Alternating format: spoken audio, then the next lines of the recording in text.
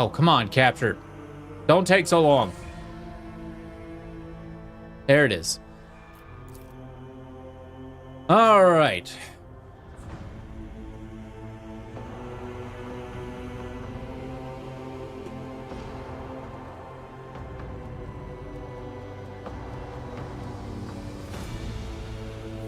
We are currently in the Shadow Quarters. Okay, what have I been playing since Alien's Descent?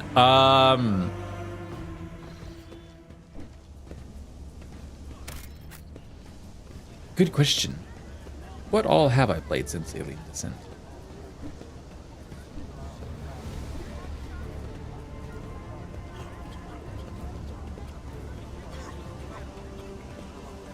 That's when he saw me last. All good, all good, all good.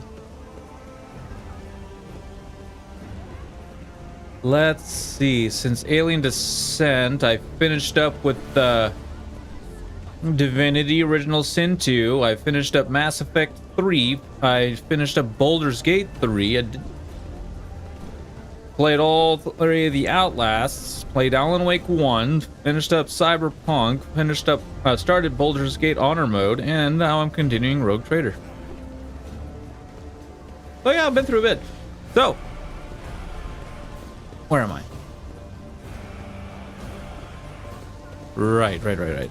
Okay, I need to... Okay, we need to talk to her on the ship. We need to talk to her on the ship. We need to find out where... Okay, we need to work on that. Okay, we need to go to Janus at some point. We need to get to the Anvers base. And Sector 2 in the Shadow Quarters. This is another CRPG. This is another RPG. Yes, this is another CRPG by Owlcat Games. Warhammer 40k Rogue Trader. And I have been absolutely loving it. Can be seen from the Adeptus Amescus. This should be enough to find the place.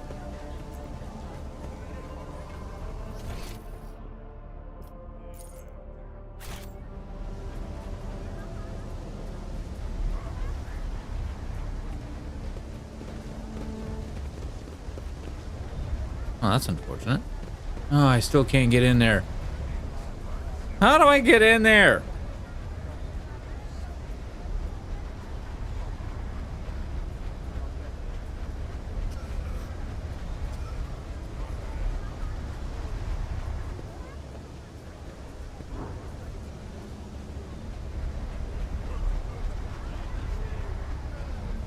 Oh. Is it simply as going to this thing and making and seeing if it works?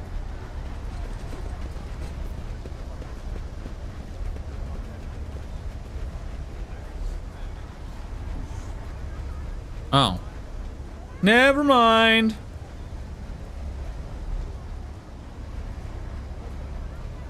I need to get down here. How do we do that though?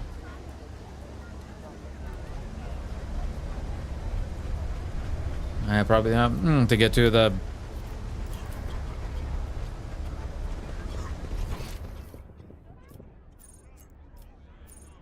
There's the warehouse. I always keep my options open.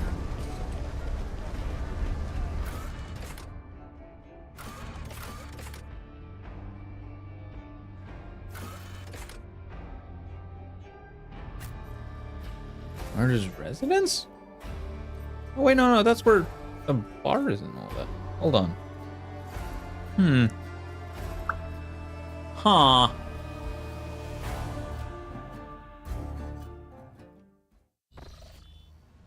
Is there money to be made?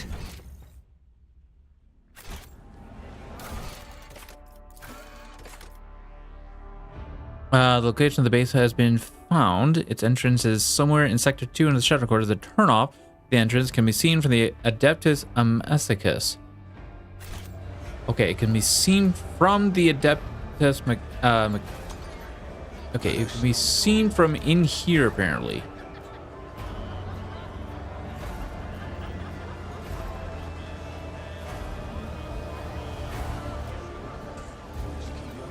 Price.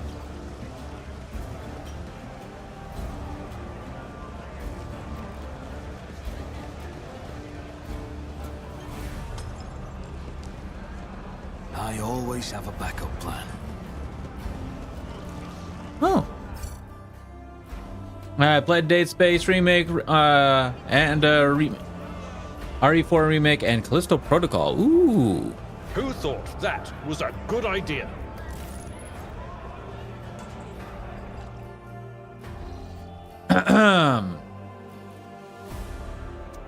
Dead Space and RE, definitely good games. Callisto, not sure, never played it.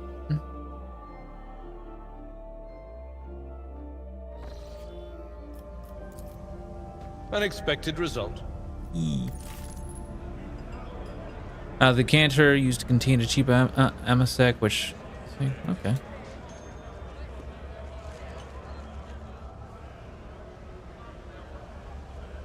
It's similar to Dead Space. Yeah.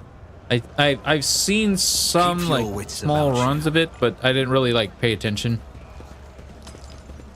But okay.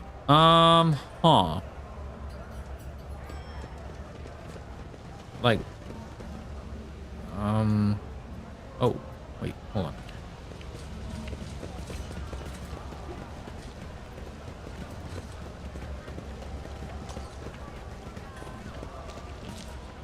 Is there money to be made?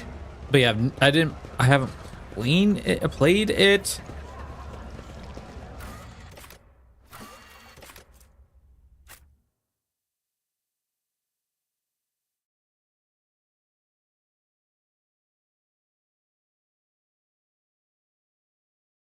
I must be blind. I must be extremely blind.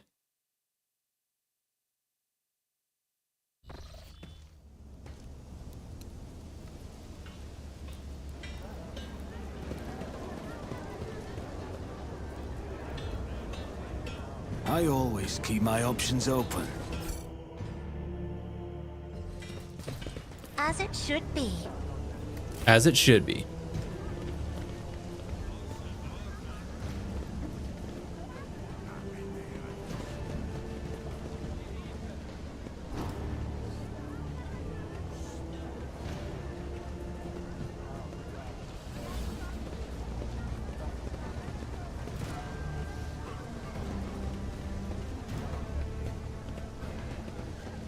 Okay, where's this? Okay, I gotta get back to the suns again.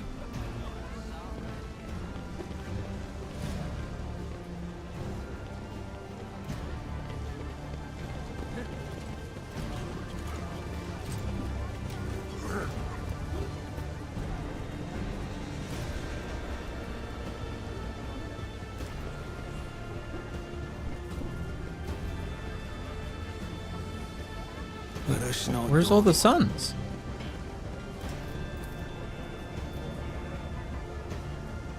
A well-worn poster.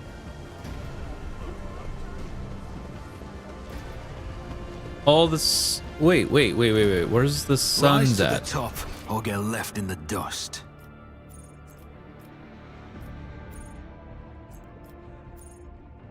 There's dark hideout. Wait, what's that with that?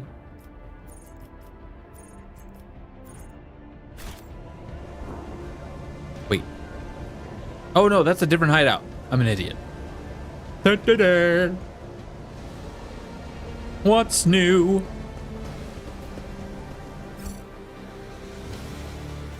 Wait, is this? Is it? I could be absolutely being stupid about this. Always keep your eye Oh, on the no, this is prize. new.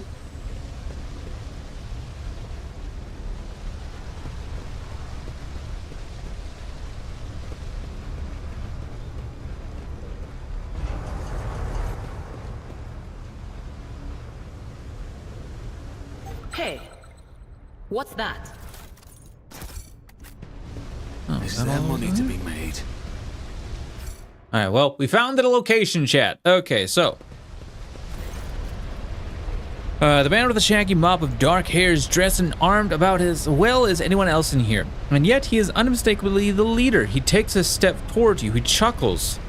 He spreads his arms wide in a welcome gesture. My guests, what a joy it is to see you in my humble refuge. I see you've come here to be introduced to the truth. Which will you choose then? Words or fire and metal?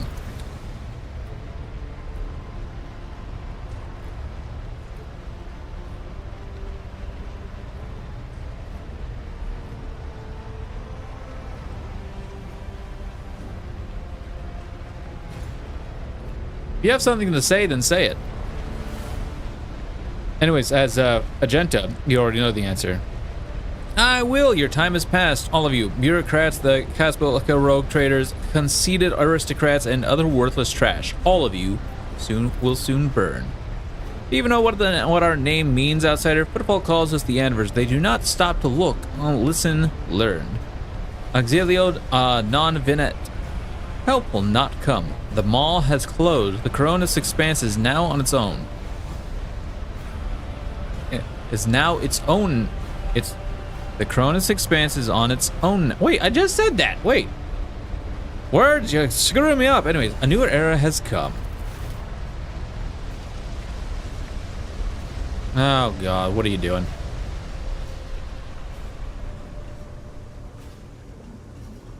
I'll make an example out of you. Cease and repent!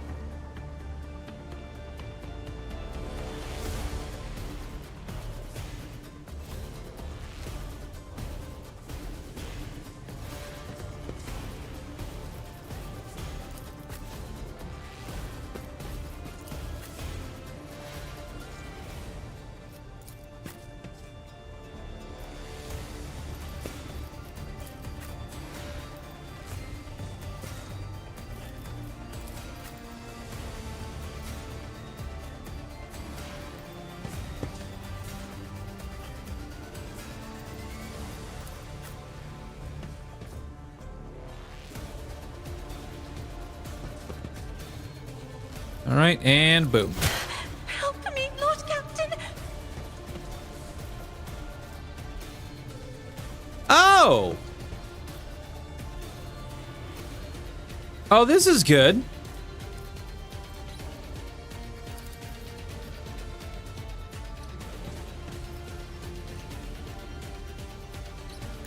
Emperor, give me strength. Honey? If only that were possible. Target is 2. Really? Oh, dear God. Let's restart real quick. Apparently, I gotta pull Agenta back a little bit, or maybe...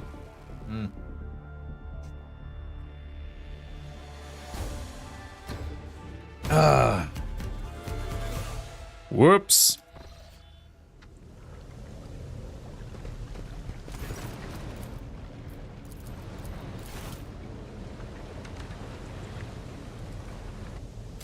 Beg for mercy, but I will grant none. Give me strength. All right. Pascal. Argenta. Abelard.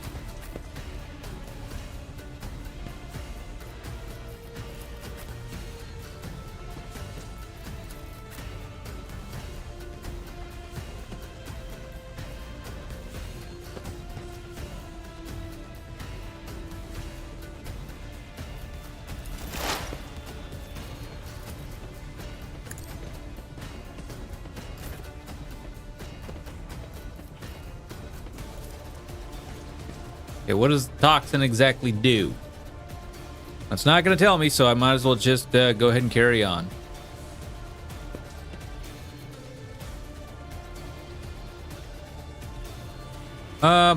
Sure, bada boom. I'll do it.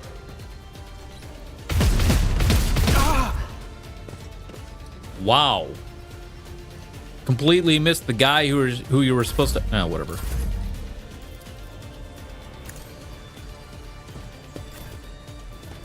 Let's try that again, shall we? Instead, we'll do this. We'll start with this. Go with this. As the Emperor commands, I act. Eradicate.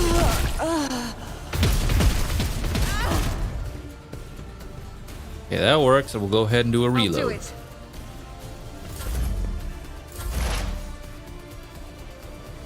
All right. We're gonna go ahead and start with this. Try and hit everybody we can. Okay, I guess we're not gonna hit Adira. That's fine. We'll then go ahead and throw down the rear. I really wish I could. Whatever. I really wish I could actually adjust that myself.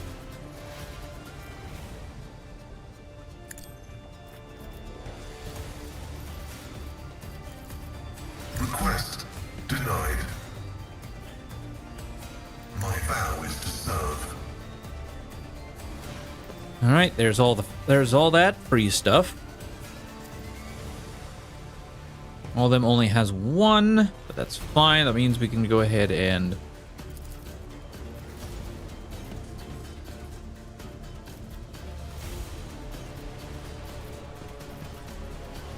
oh damn, never mind. Okay, well, it's fine. Let's just expose.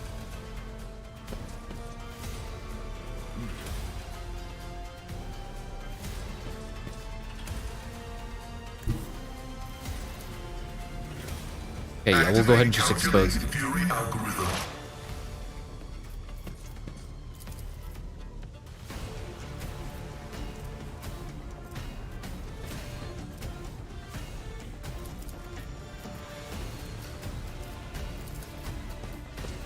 And boom. Binaric override. And get back into cover. As the tactical imperative dictates. All right, as much as I don't like it, I think, yeah, I'm gonna have to get her to like right here to have a good line of sight for anything.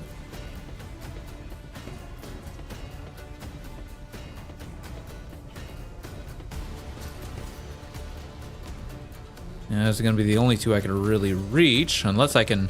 Oh balls! It's going to be not quite. All right, fine, boom.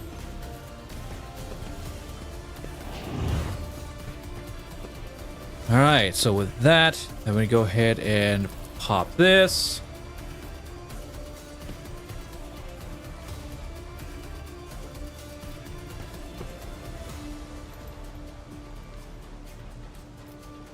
Oh, really?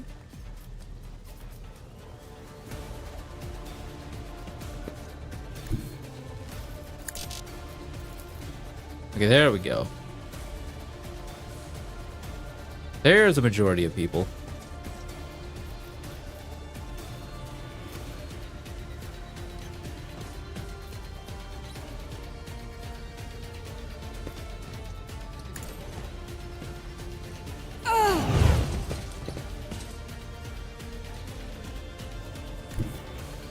Be Then careful back not up. to cross my gaze. Get your extra turn in.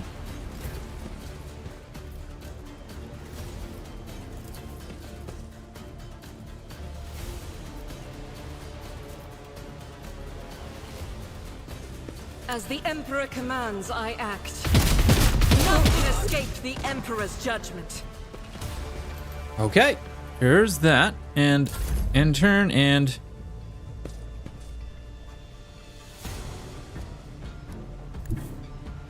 I have read tomes of military tactics. oh, Adira is up. Okay.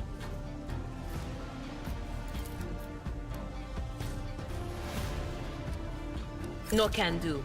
No line of sight. How do you not have line of sight? How do you not have line of sight?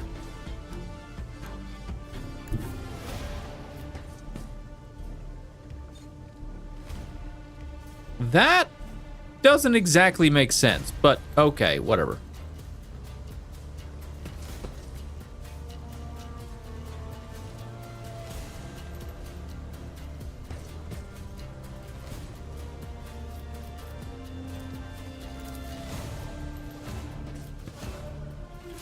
Sure, go for They it. who discern the future own the battlefield.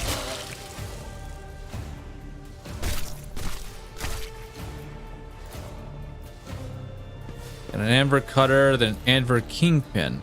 Okay, he looks like he's okay, that's good. It's good. We'll go ahead and do a forewarning on Abelard. Oh, that's Pascal. Abelard.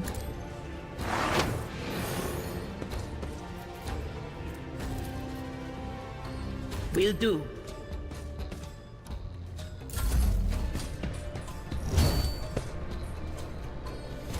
Frenzy. Oh! Stop mocking me.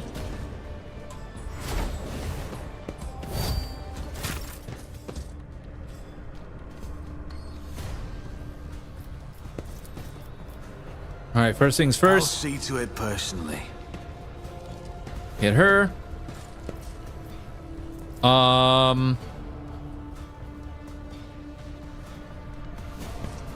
We'll go ahead and just voice of commander. Even though I'm pretty sure I'm going to end up voice of commanding her probably pretty soon. And then do a take aim. If not me. I'll make it happen.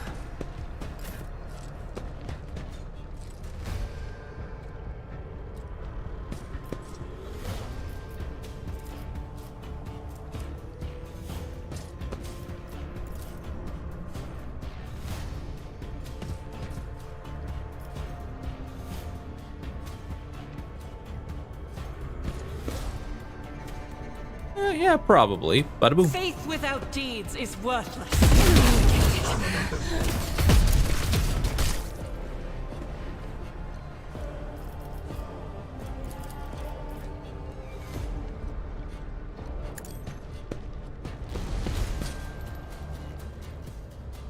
Huh. Okay, so what are we at? Up, we're at 14.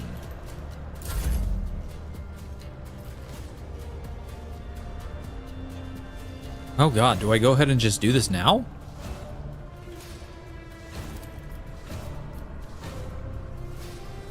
Start having her basically annihilate people? You know what? Sure, go for it. Here's my perfect moment.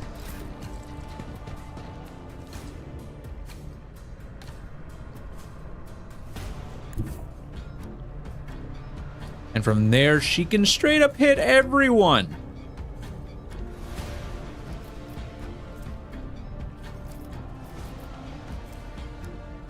God Emperor, move through me.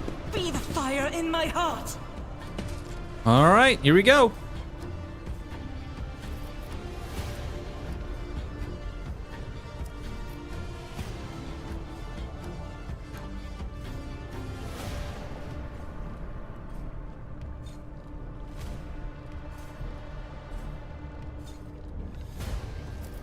Okay, what are we at for momentum? We're at 125. So then, yeah, I think doing Doubt this is will for be the weak. okay.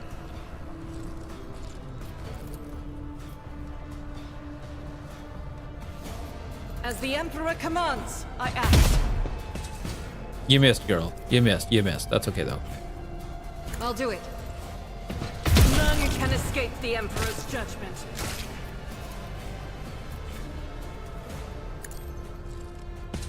Each strike is a prayer. 139. Okay, 39 plus 16. That'll put us up to 55. We need to get up to 175.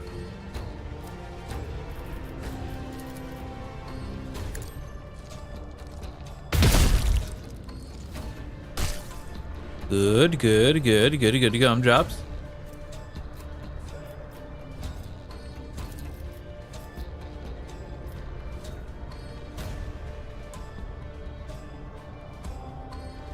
Just the two left? Yep. Okay, so go ahead and start hitting him. Commands, I act.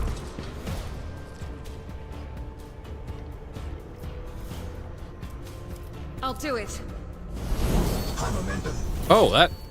In thy light I stand, and thy light I crave.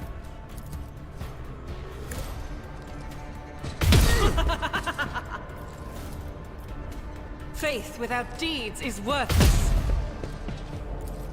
As the Emperor commands, I act. Leave it to Argenta to just demolish these people. You, my Emperor! This is why I was chosen. Oh.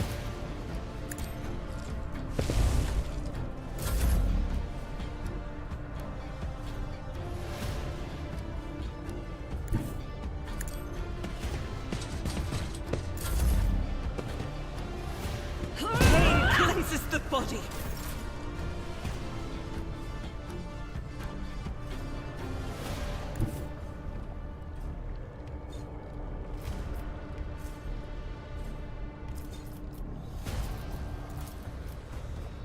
$95 and $38. I'll do it. It's nothing.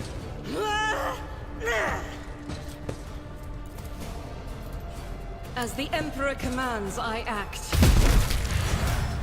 Nice. Doubt is for the weak. Come on, we just need Faith one hit, without buddy. deeds We is just need one hit, worthless. girl. That is not the Emperor's will. As the Emperor commands, I act.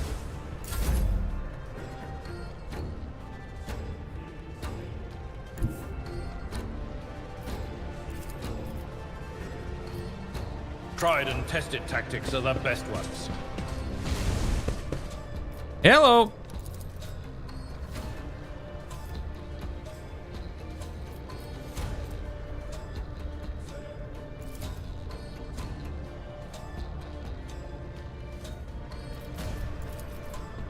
It will be done.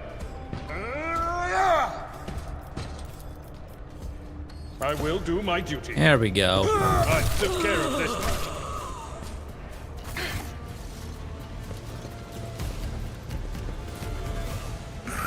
Martyrdom is the reward.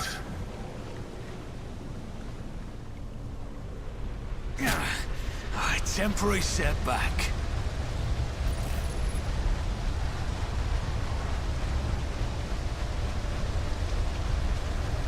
Nice. Got it. Still have to play Cyberpunk DLC? Oh, cool. Yeah, go for it. It's great. It's fun. I had a blast with it.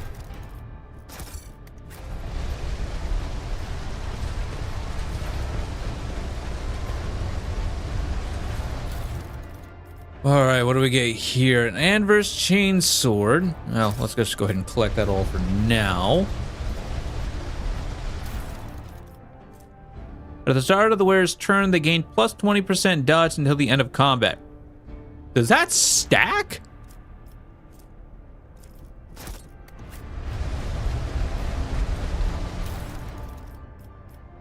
What? Oh, a flamer. Nobody uses that.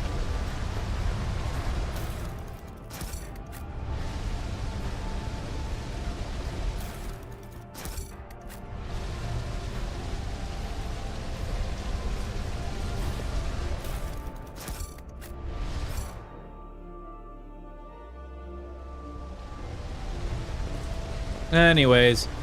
Do. Ooh, what are we? Hey, a multi-key.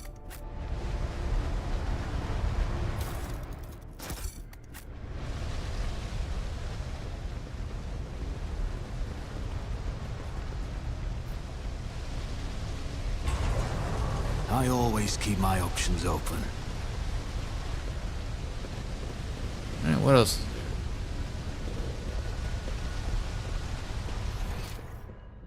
I think that's it. Okay. Let's go ahead and level up. This is level what? 18. Okay.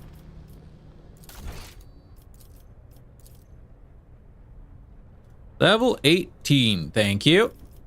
Level high. All right, starting with you. Okay. All right, let me pop on over to here and check my guide real quick.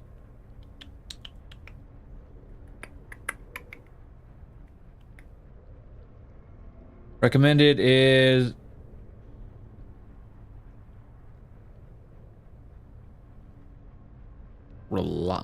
and talent are reliance. Using linchpin now spends only 1/4 of tactical advantage stacks instead of half. Ooh, nice.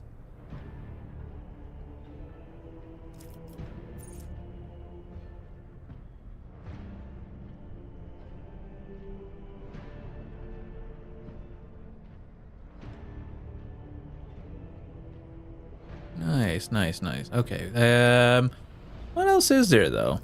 In the hero's footsteps.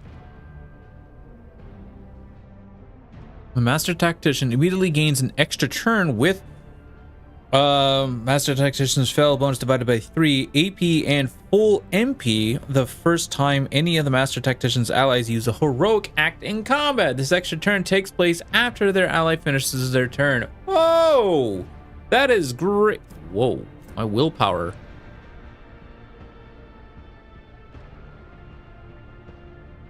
Oh. I apparently have a really low willpower now. Oh no. That's not good. I mean, that's great actually. So my fell bonus is what? +6 divided by 3, so 2. So 2 AP. Oh my god, this seems great. God, this seems great. I don't know what everybody else is. What? This seems great because he used my heroic axe almost instantaneously.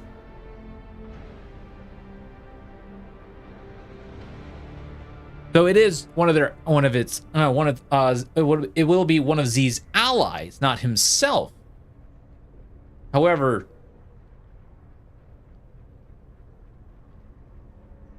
okay, so he'll instantly gain an extra turn after Argenta goes and uses her thing, and then hit Argenta with another extra turn. Basically, his extra turn is going to be hers. That seems pretty good. Every enemy killed by the Master Tactician, he doesn't kill anybody. What is Salvation?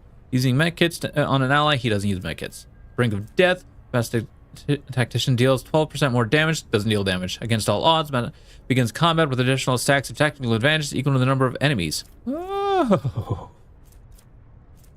All enemies hit by the Master Tactician, doesn't do any of that. Nerves of Steel, one of the Master Tactician, whenever the Master Tactician or their allies gain a momentum, they gain +1 more. One of the Master their allies lose momentum. Oh, ew. For every enemy hit by the Master Tactician, doesn't hit anybody. An advantage. Work as if the Master Tactician has 6 more stacks of tactical advantage. Okay. All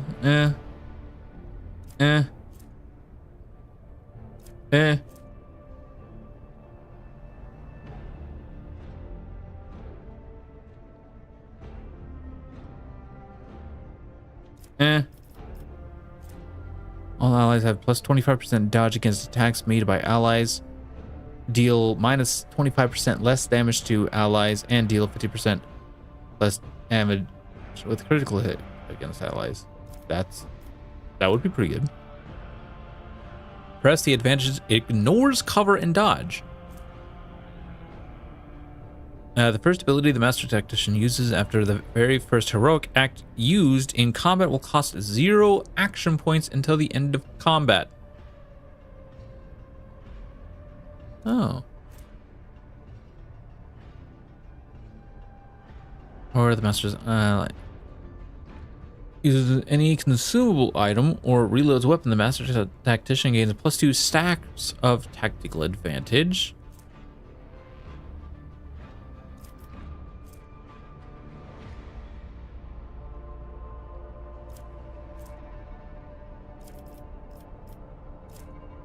Perfect finish. What is this?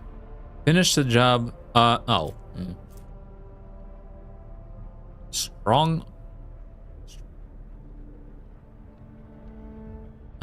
I need strong point. That's... Oh yeah, that's an ability. Okay. So far, it's either Alliance or in the hero's footsteps. I like both. Though in truth, I rarely actually use Linchpin because I haven't gotten to that point into the round very often because I've just been extra turning Argenta, extra turn Argenta, extra turn Argenta, extra turn Argenta. She's just like going do, blast, blah, blast, blah, blah, blah, blah, blast, blasting all the enemies around like rag dolls.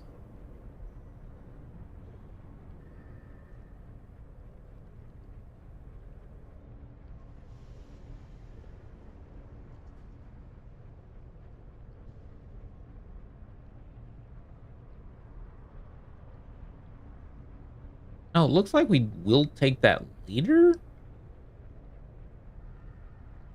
But I think, in truth, I could probably replace that with Reliance.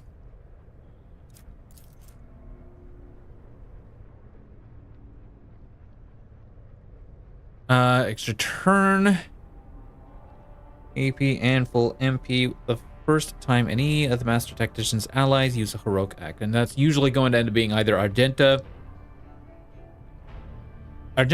Abelard, or Cassia. Idira and Pascal, I'm not really ever going to use their abilities. Because Pascal and Idira are rarely ever in melee. So we're just going to go with any hero's footsteps. So that way, when it comes to his extra turn, he's essentially going to give somebody else another extra turn. And with a +6 bonus divided by 3, he's going to get 2 AP, which is... So, basically, once we start getting this up, we'll be good to go. We'll get that, and we'll just take Reliance later. We'll take Reliance... this is a available talent. 18, 19, 20, 21. Well, a lot of them are taken at 21 or 23. Depending. We'll see.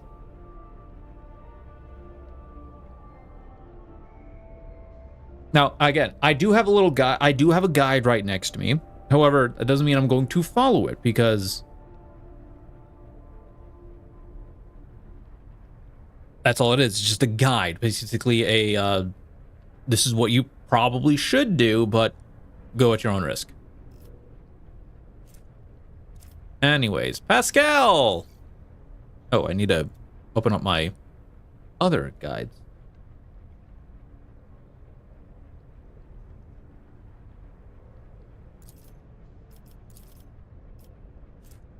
Using a stratagem on a rear area also makes the allies in the area enemy's lowest priority point. Oh.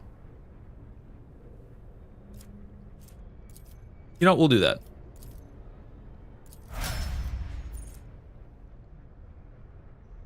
Combat tactics area for 1 round. The target's areas because bonuses are doubled. All other tactical areas are discharged and cannot be used this turn, but can be designated the next round. Okay, so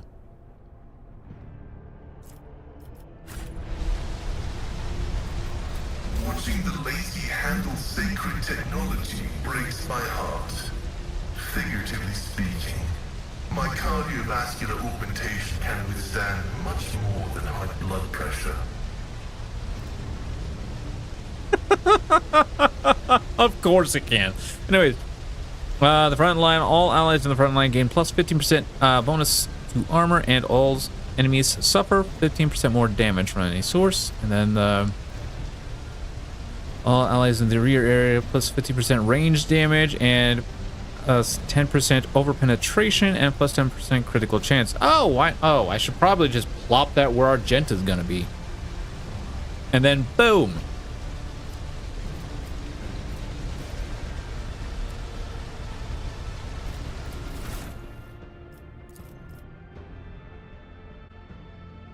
Alright, Abelard. Looks like you're gonna end up getting possibly Wall of Ferocity. Wall of Ferocity. Wall of Rockreed now grants +6 temporary wounds to allies. Rockreed. Oh, okay. Yoink. Oh, Cassia! Or, I mean, Argenta! Come here, girl. Breaking attack.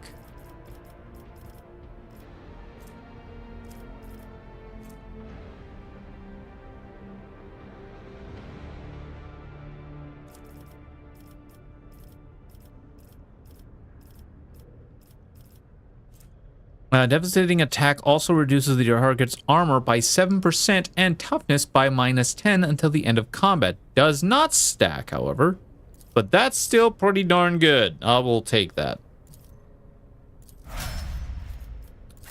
All right, Cassia.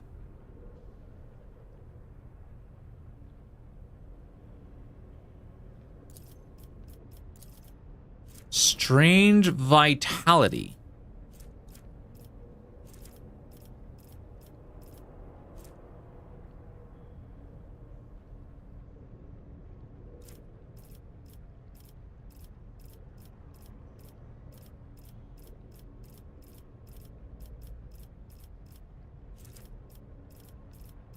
Where are you? Oh, right here. The navigator heals 6 wounds at the beginning of every turn and gains what? +1 additional wound for every navigator talent taken. The healing increases by +1 for every creature killed between the navigator's turns. Yo! That is an insane ability.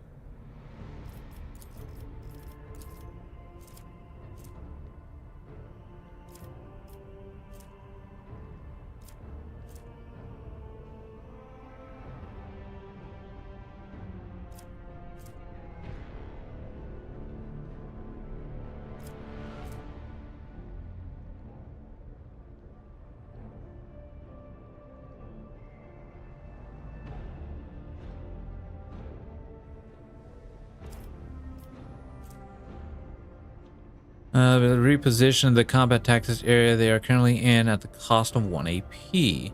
Okay.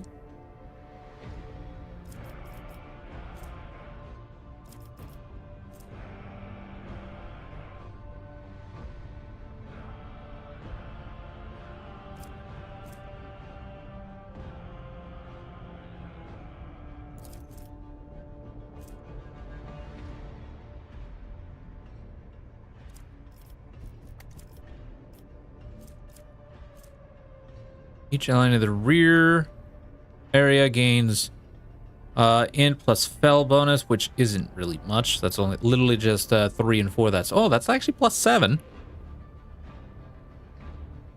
Divided by 2, so 3% crit chance. Oh,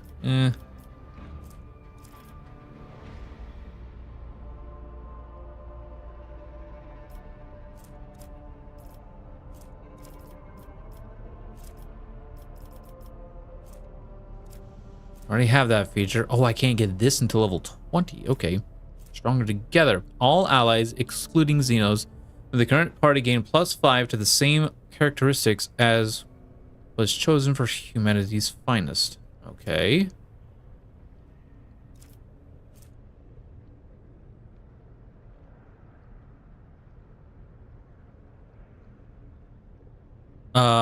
Every Perils of the Warp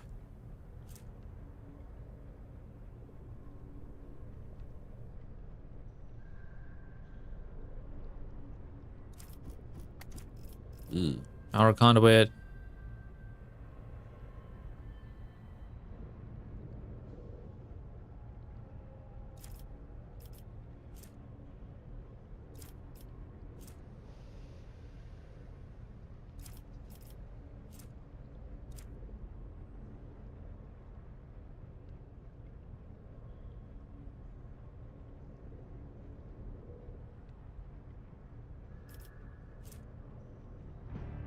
Okay, I've already got that.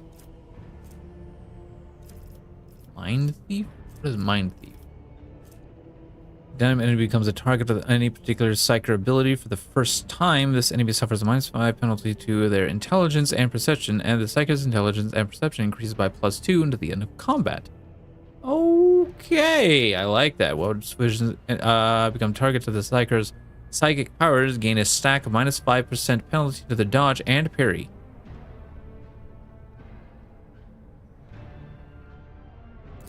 But it's only like the Psyker's powers. None of her exploit abilities, which this kind of sucks.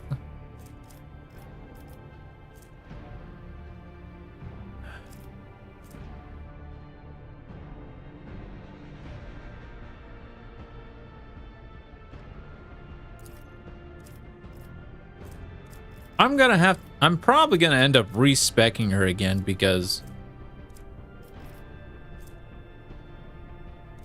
in all honesty, I'm not really, so far I have not really been liking her.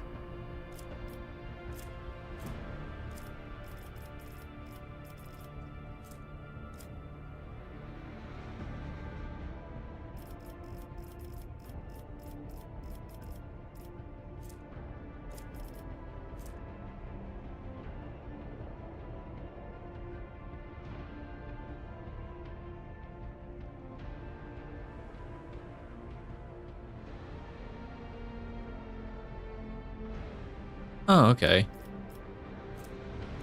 What are some other stuff? Weak hearts?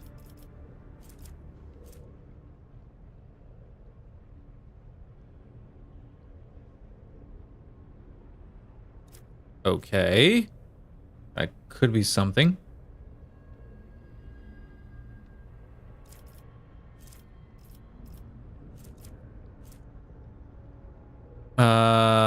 Psychic power while being threatened by enemies. Okay.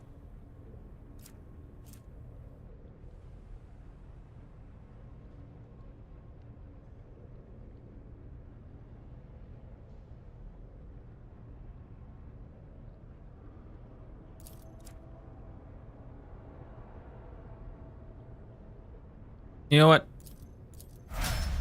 Sure, we'll go with that for now, because, and true, I don't know what I'm doing with her. I don't know what I'm doing with her. I don't.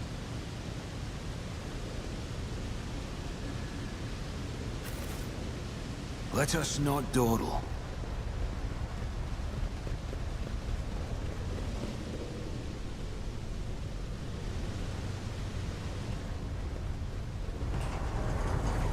All right, so that's done with.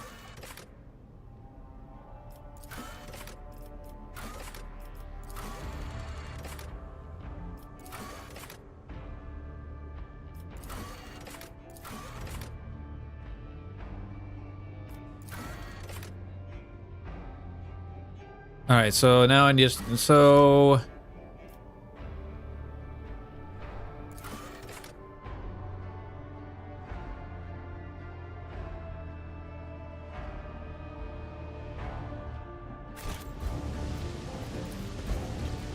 Okay, so that's basically all I got on this right now. We're done in this. We're done on football for now.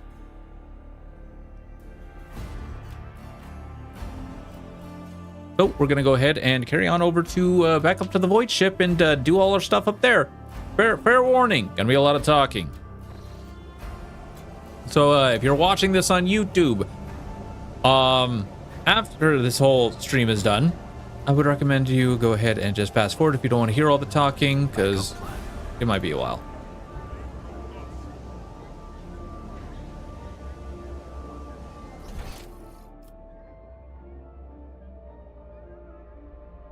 I haven't figured out how I'm supposed to get down here.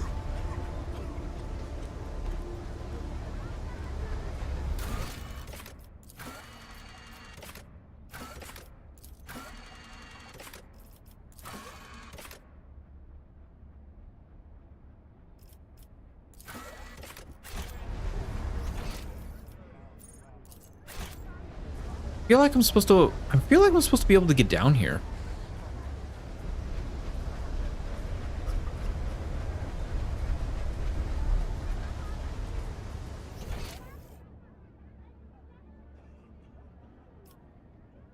I'm gonna check them.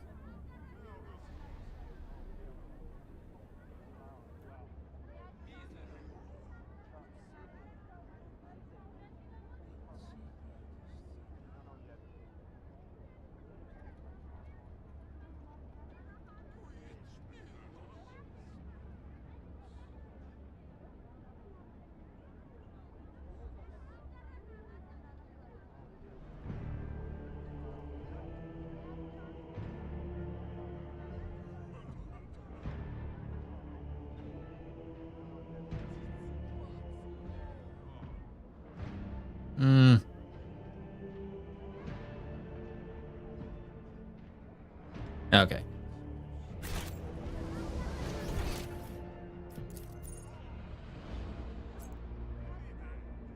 I guess I'm just gonna have to leave it.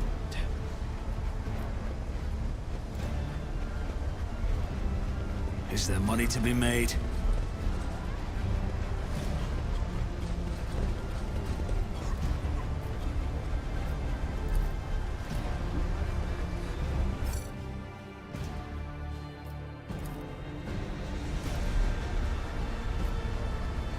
Okay, I can't do that. I'm just like, can I do that from here? No. Rise to the top, or get left in the dust.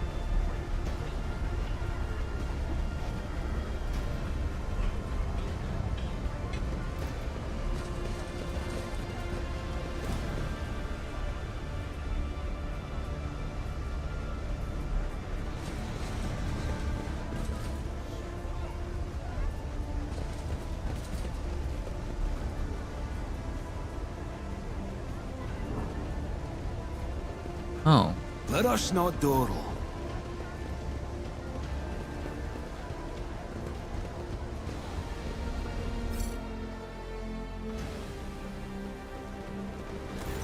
Oh, here we go. Greetings, sir. What brings you here? Did you want to watch us break out our bags out here, eh? Football Utility Crew 3 is proud to work for the good of the citizens and guests for the station. What are you doing? Just burning rats and some trash and some parasites of other sorts. The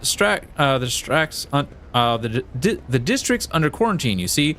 It got hit by something nasty, a disease, or maybe it isn't a disease, just some bugs and worms what crawled out of some ship or other. It was a bit odd that it happened here and not at the docks, I'll grant you. Things like that usually start there. They even spray the place with some gunk to kill all the bugs and worms, but I guess something slipped through. 2 families in the block over there snuffed it, and the Liege wasted no time getting the district surrounded so that nobody could leave. So you don't know exactly what happened in the district. Disease, bugs, or something else? No, we don't. And we don't want to find out. If something nasty's cropped up, the right move is to contain it and kill it with fire. Not go in and see what it is behind... what it is and why it's there. How exactly did the victims die? Who knows? They found them in their hovels, already dead. Blue sores on their bodies, and they stank something awful, which is why the lot they found them didn't even risk looting the corpses. Good on them, I guess. Doesn't mean we let them out, of course. What measures have been taken to deal with this problem? You're looking at them. We stand here, burn the foulness, and we've got people standing guard so that no one escapes. Put some mines down, a whole lot of them. For the same reasons, the water, the sewers are all blocked off to stop any communications getting out. The air's open, I suppose, but the foulness doesn't seem to be airborne. There haven't been any strange deaths outside the district.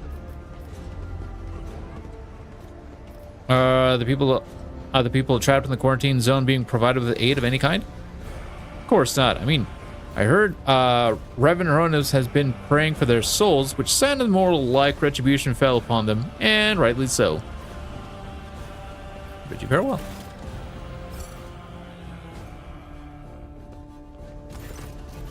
I wish to enter. No, it's not gonna happen. We're letting no one in. I'm telling you right now. Bribes and intimidation won't work on me, so don't even try. You can file a petition with the Liege if you're so desperate, but my advice to you would be to go on your merry way. The Void's got plenty of nasty, dangerous holes you don't have to die in. Gotcha. Which means it is vital to keep an eye on any potential threat. The local inhabitants of the Liege of Footfall can provide more information. I guess that means we go talk with the Liege.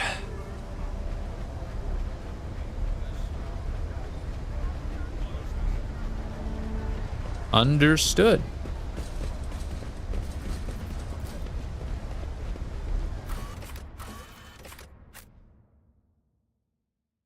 Not gonna leave, Lord.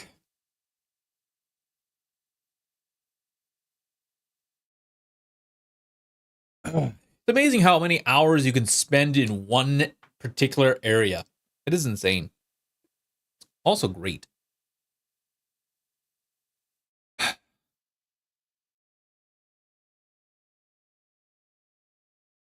Do do do do do do do do do do do do do do do. This Footfall has so much stuff to do. It is crazy. It is. But June, how's it going, buddy? Keep my options open. All right, Vladimir. Time to have a quick chat.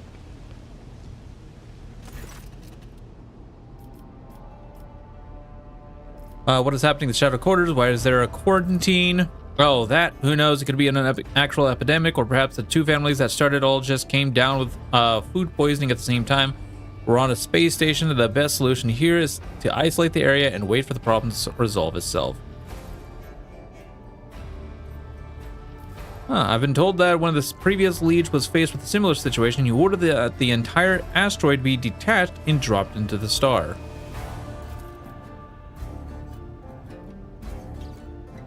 Yes, he did, and what a senseless decision it was. There are more reliable ways of disinfecting an area without having to lose a whole asteroid.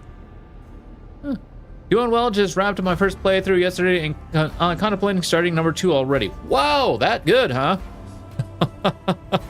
Well, don't go anywhere. I could use help. Maybe. More than likely. Anyways, there are more the maneuver of his destabilized the station's integrity, and the consequences of that were still being felt up until I became Liege. When I entered office, I had to negotiate with the tech priest to make necessary repairs, and it cost me a preposterous amount of money and resources. You could have at least supplied the people trapped in the quarantine zone with food and water. I could have, but I'm certainly not going to. I wouldn't even under normal circumstances, and with the threat of famine hanging over the station and our prospects so unclear, well, I understand. I wish to help the people in the quarantine zone. I will have medicine delivered to them from my ship. I can't bar you from doing so, but I can't help but note that it's not the wisest course of action. With all due respect, your lordship.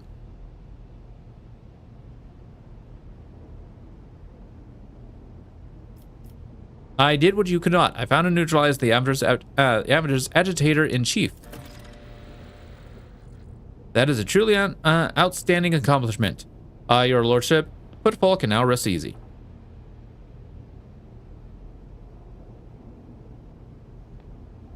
There's an established not too far from here. They let people torture fake Xenos there. I want it stopped. It will be dealt with.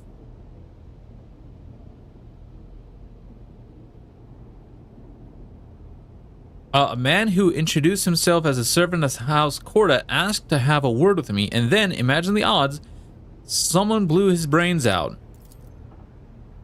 The Anvers again, I presume. Those okay, well, anyways. I suspect that this agent wished to negotiate a deal that would have you refrain from hindering Incendia. Corda's effect to strangle us with the threat of hunger and demand our obedience. If so, I don't believe I will be mourning the man's passing very long.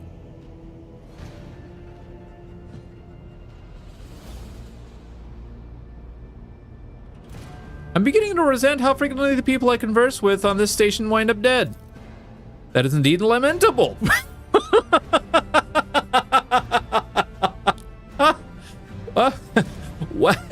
Wow. But these are the times we live in, and this is football. Its denizens don't always look for a reason to spill blood.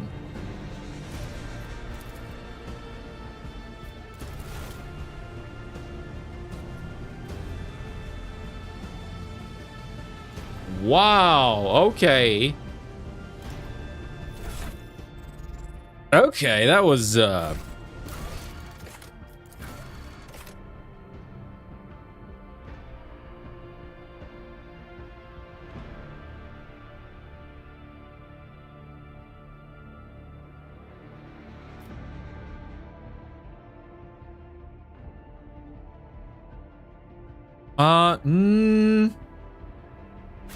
You know what? No.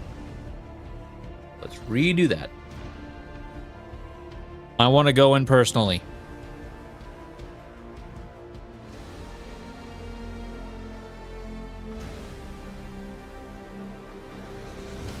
There is loot down there.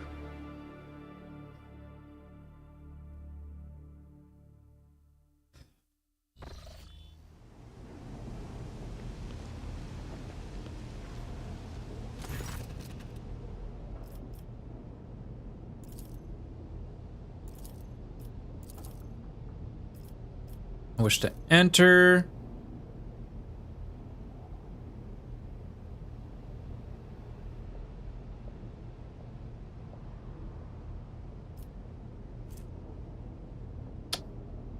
Huh.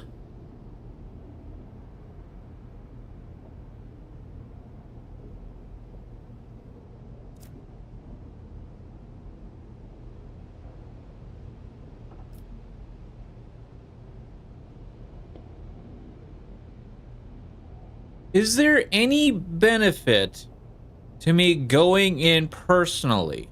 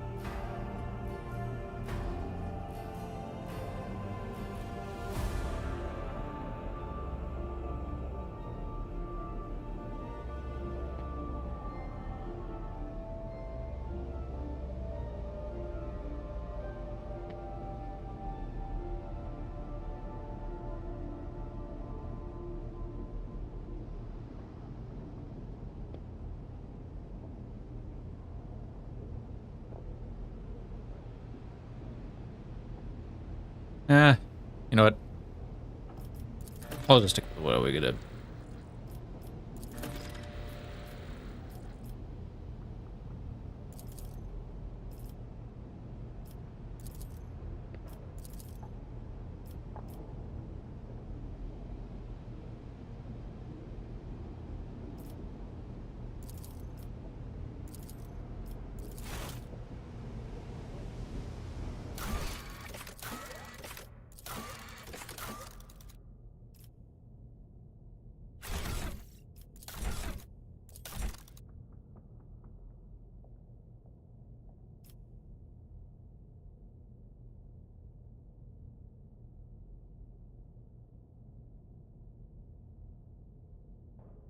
Do. Okay.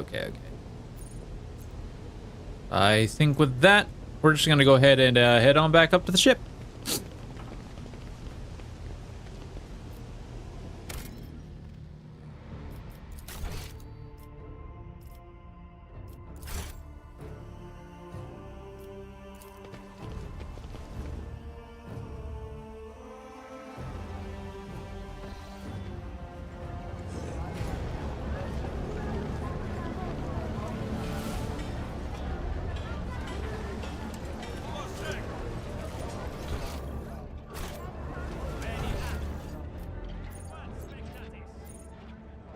boys, keep your eye on the prize.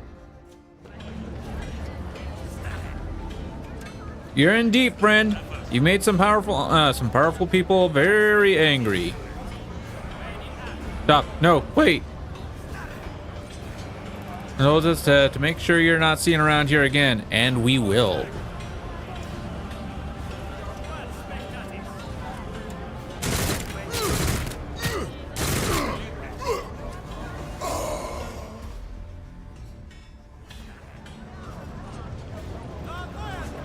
Keep your wits about you.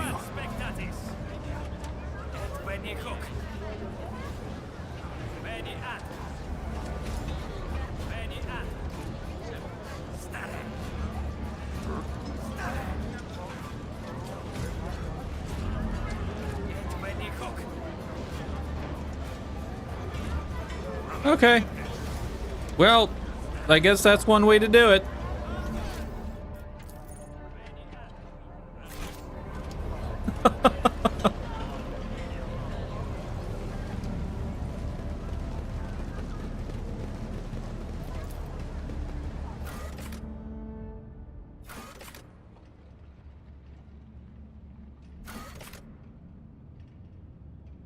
Do I have to actually go to the all the way back to the docks?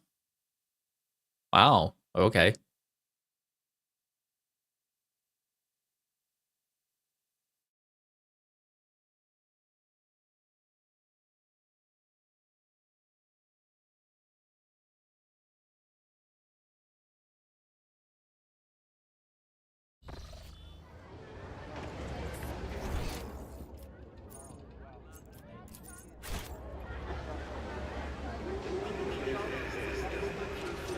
You know, I never realized what the code was, so I'm just gonna look this one up.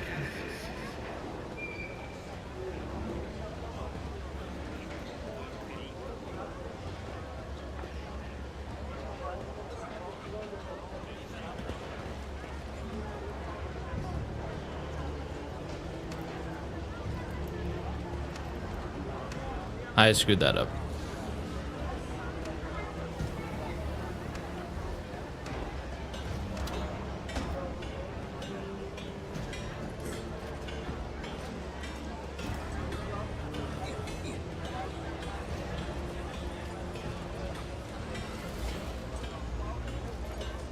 Where was this anyways?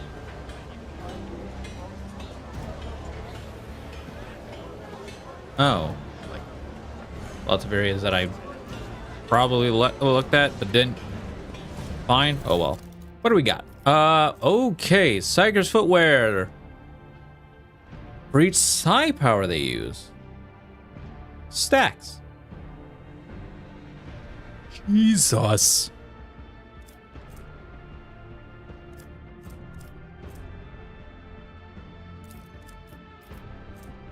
Interrogator goggles. These goggles grant the wearer +5 bonus to lure Xenos. They also grant a +10 chance hit chance against Xenos. Well, we haven't really ran into those, so.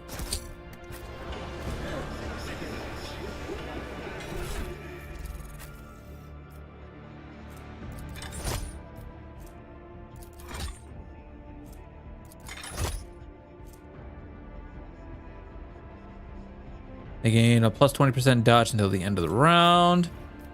What is she currently wearing?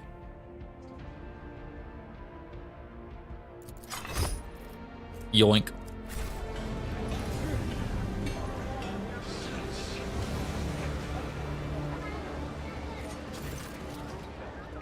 Lord Captain!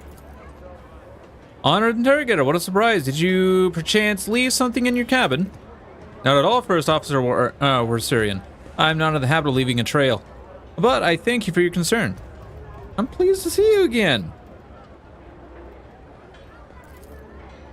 Enonix allows himself a hint of a smile. I'm glad to hear that my presence aboard your ship did not leave you with any unpleasant memories.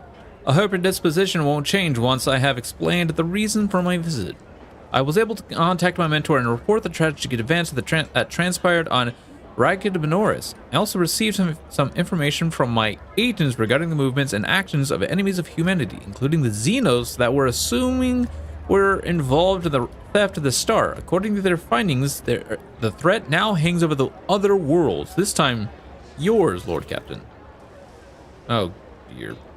Henrix clears his throat and begins in a pointedly official tone. By the order of the Lord's Inquisitor Xavier Calcazar, whose duty is to stand as sentinel over the Coronis expanse, the rogue trader of House von Valencius is to take on board the agent of the Most Holy Inquisition and provide escort at the support and deeds, great and small, that serve to safeguard the territories of the Imperium against its enemies. This decree is effective immediately upon announcement and remains in effect until decided otherwise by His Excellency Calcazar. All I got from it is that writing ourselves of this snitch won't be easy. Ridding ourselves of this snitch won't be easy.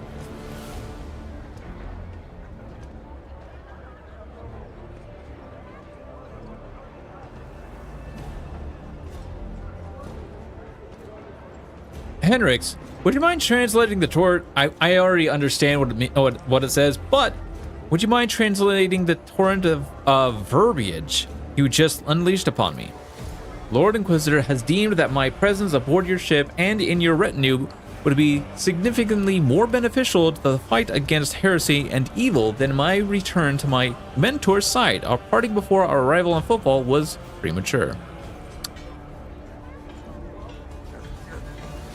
What exactly caused this need to rejoin my crew? The cause is the activity of humanity's enemies, including the cult of the Final Dawn. In my absence, the situation in the Coronis expanse has changed. I received an exhaustive report from my agents. This heresy has taken root in the region where the Von Valancius worlds lie. You probably already know about the fate of the industrial world, or Kiabagama. If not, then I will share the details I know, but not here. Better talk on board.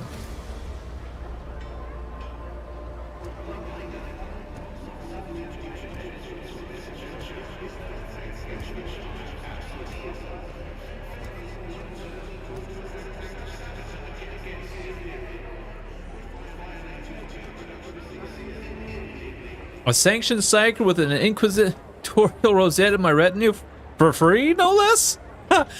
The other rogue traders will be positively green with envy. Not the most common response to the news that I will be constantly breathing down your neck. You aren't wrong, though. I prefer to repay favors in kind. Assist me by ensuring that my work is unobstructed, and I will assist you in return. Oh, yes.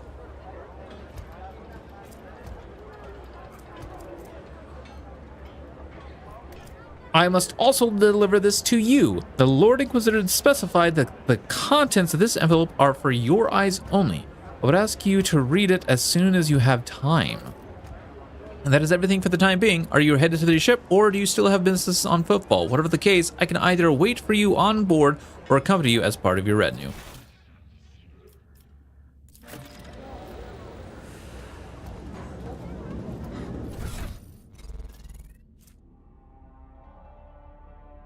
Okay.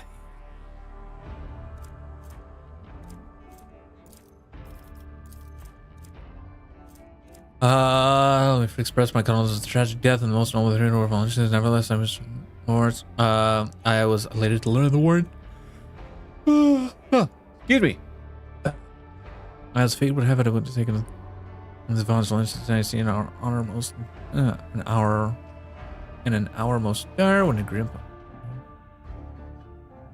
I'm the first Sentinel who sees the approaching threat, and I hereby alert you that it is indeed coming. Our loyalty and resolve will be tested. People such as you and I will become the pillars that will unite the Emperor's frightened children and inspire them to fight back. And so I greet you as my dependable ally and assure you of my favor. From now on, you have a trusted friend within the holy orders of the Emperor's Inquisition and a receptive confidant on whom you can rely.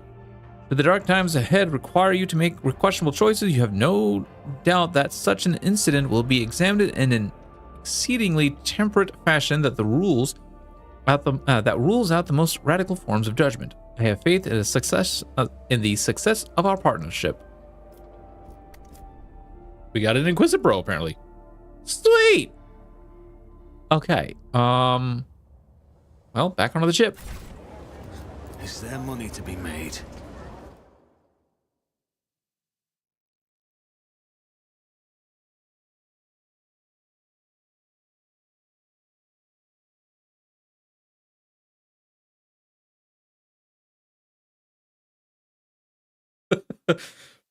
Oh, that's great. Not the most common response, but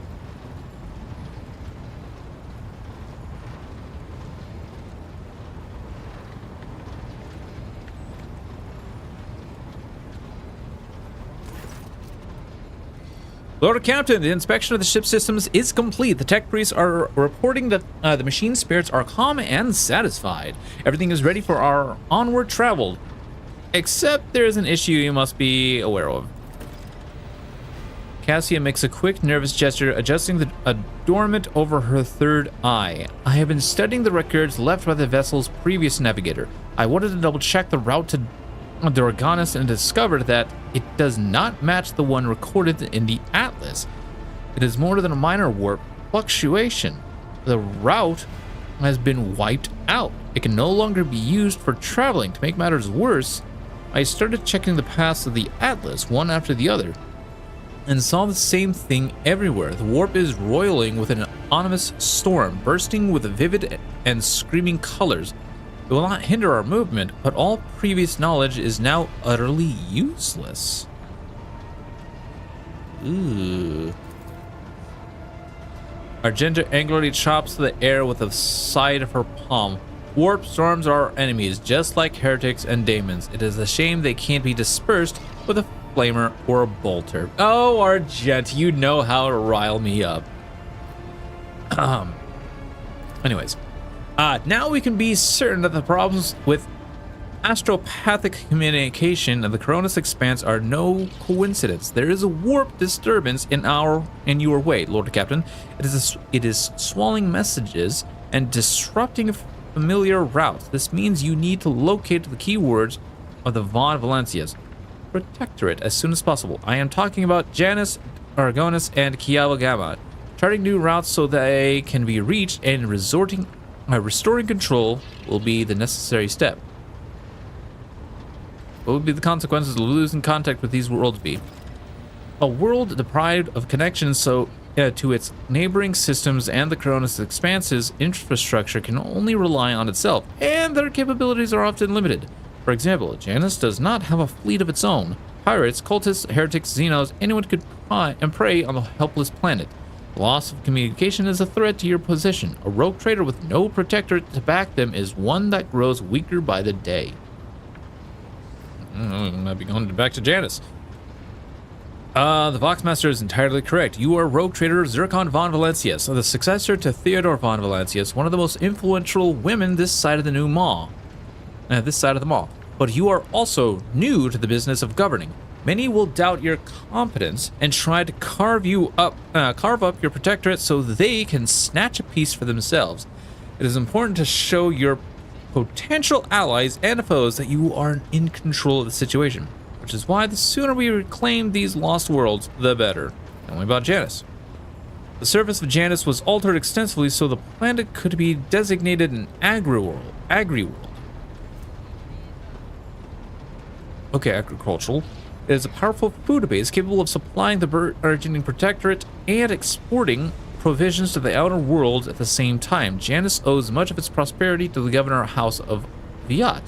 Under its leadership, the world has grown ever more prosperous year after year, securing shipments and taxes while keeping the workforce tightly controlled.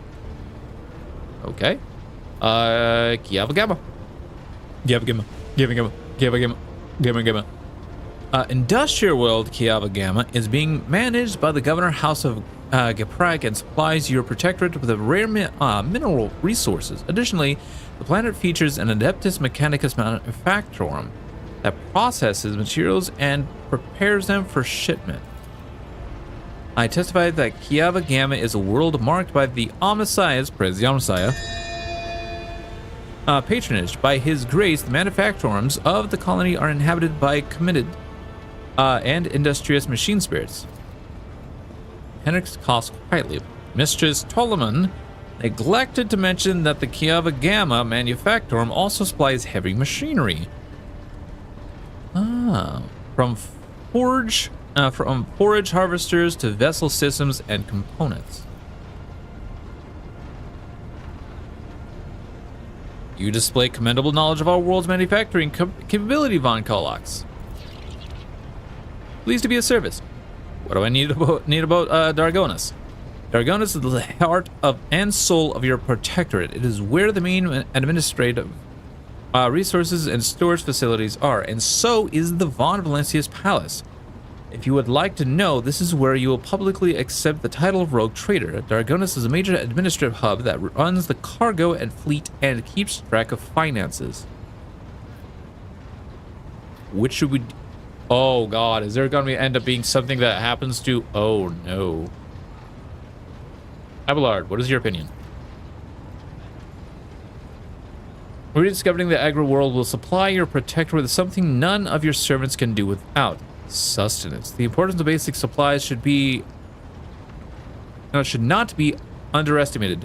Just look at football in its current pitiful state. On the other hand, I am concerned by the rumors concerning Kiava Gamma. There have been no problems on Janus for many years, but something is very wrong with the industrial world right now. Delay may cost us the entire planet.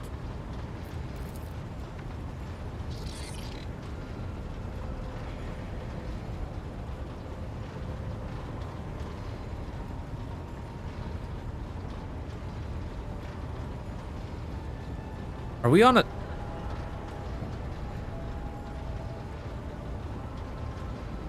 I trust I do not... Oh, I trust I do not have to explain the capital. Losing would make us the laughingstock of the other dynasties. Besides, the loss of chronicles and ledgers would spell a bureaucratic catastrophe. So all three systems are equally vital to the Protectorate. It falls to you to decide which should be brought into the fold before the rest, Lord Captain. Oh god. Okay. Is this a choice matter or is this a timed matter? Please answer that, chat.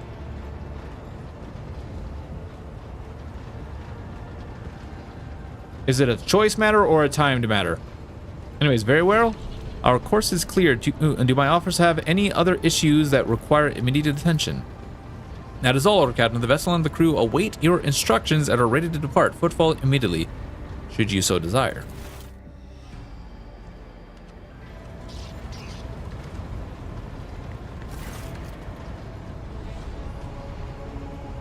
Have the Vox Spirits brought you anything interesting lately? You may be interested to know that a group of officers was discussing a grim rumor over lunch. Word has it the apparition of Lord Captain Theodora has been sighted on board lately. Yes, you heard right. They say she is haunting the decks, dragging wayward crew members off into oblivion. Disquiet has spread through the ship as the anomaly has been reported in different sections, sometimes entire kilometers apart. Master Henrix von Alex expressed interest in our communication stations of Voxnest a short while ago. The interrogator appears to be very well versed in the matters of sacred technology, and it worries me. A man of his knowledge and in his line of work is capable of discreetly planting his own devices in our system. We will be vigilant, Lord Captain, but you should try to be more careful as well.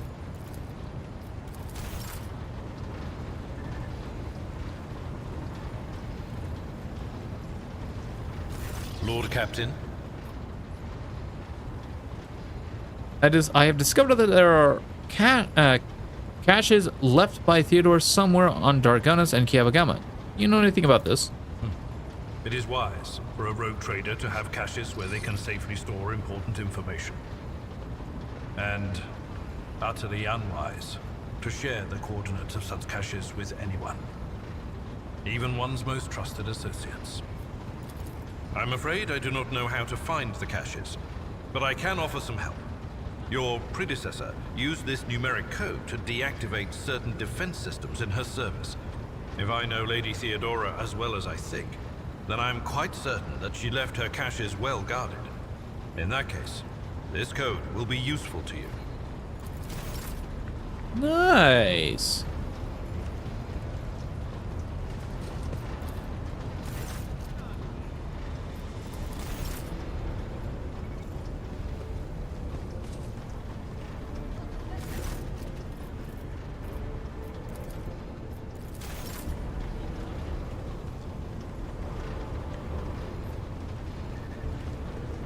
All right, Henrix. To what do I owe this visit?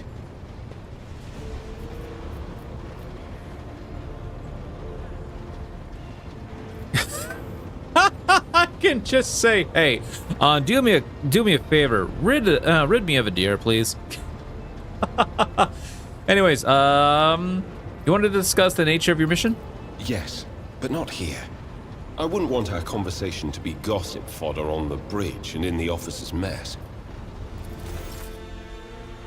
Oh, come on. Please be voiced. At least be... Ah! Thank you for finding an opportunity to talk. I trust now would be a good time to explain the reason for my return aboard your ship.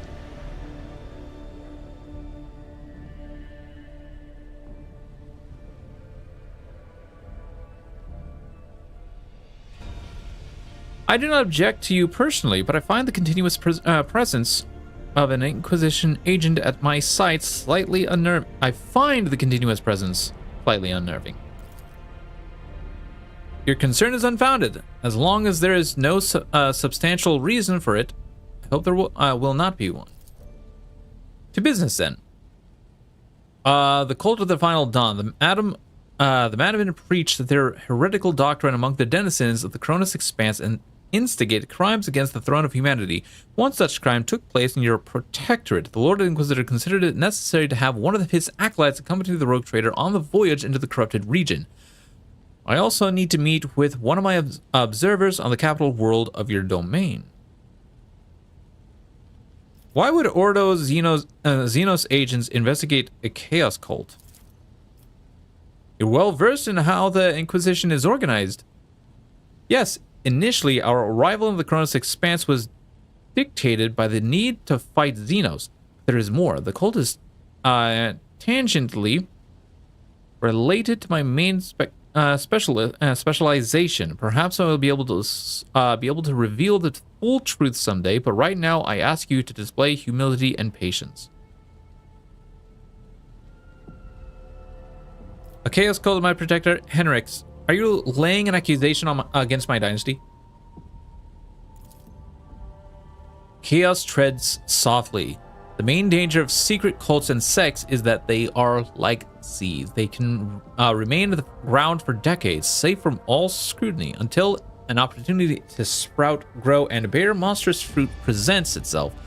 The emergence of a cult on one of the rogue trader's planets does not mean the dynasty head himself is a chaos worshipper. Having said that, it should be noted that Theodore von Valancius was famous for her loose interpretation of the freedoms granted by the warrant. Okay, a bloodline can be stained by ancestral transgressions. If it is indeed so, it is in your best interest to do whatever necessary to redeem yourself, and then perhaps you will get a chance to salvage your dynasty's reputation. Dude, your bloodline's tainted. We gotta watch ya. All right. Anyways, the Lord Inquisitor mentioned in his letter that he is willing to show lenience toward my actions that would otherwise be interpreted as radical. That is correct. I should show greater tolerance for the mistakes of a newly appointed rogue trader. To be frank, I'm surprised the Lord Inquisitor is not the type to indulge the weakness of soul and mind, even in someone who only recently accepted the burden of a lofty title. So you have spies on the Von Valancius worlds. The person I mentioned is not a spy, but a secretary of the administrative department on Dargonis. The planet's governor and Theodore were fully aware of his status. His duty is to fulfill the sacred oath to the Golden Throne and eliminate threats to the Imperium, which the Cronus Expanse has in abundance. His name is Archelius Scalander. Hopefully, again, names. As soon as we contact Dargonis, I will introduce you as the new head of the dynasty. I am sure you will appreciate the presence of such an advisor among your subjects, and I suggest you heed his words at least occasionally. What do we know about the Cult of the Dawn? Chaos worshippers, most often agents of the throne, run into the lone renegades stirring up the rabble. insane prophets and hysterical visionaries preaching the end of days, passing comet, a mutant rebellion, an onslaught of monsters. Each time they come up with a new reason why people should prostrate themselves and quiver in fear. Much effort and the blood of those loyal to the Golden Throne were spent before we established the connection between those heretics. However, the cult of the Final Dawn is something greater than a gaggle of misguided seers and fortune-tellers. They cleverly spread their agents all over the Cronus Expanse, disseminating heresy among honest people on the Imperial world. There's a certain strategy to their actions that changes whenever we get too close, and finally, they have enough military power to have had the 2 ships that we had sent after them later discovered as wreckage. The growing difficulty in making warp jumps is determined to us, but is unlikely to inconvenience those who engage in vile sorcery day in and day out. After the events on Rykid Minoris, I suspect the cult might have built the nest inside Winterscale's domain. The latest reports indicate it is your protectorate that is harboring heretics. Being in your entourage improves my chances of getting closer to their secrets. I've already agreed to give you a place aboard my ship. What else? The rogue trader should deliver me to the system that contains the industrial world of Kiava Gamma. I will then accompany you to the surface and determine what the cult is planning and how it intends to use the resources that have fallen into their clutches, which may very well include the blessed engines of the Adeptus Mechanicus and even the followers of the Omnissiah themselves. Praise the Omnissiah.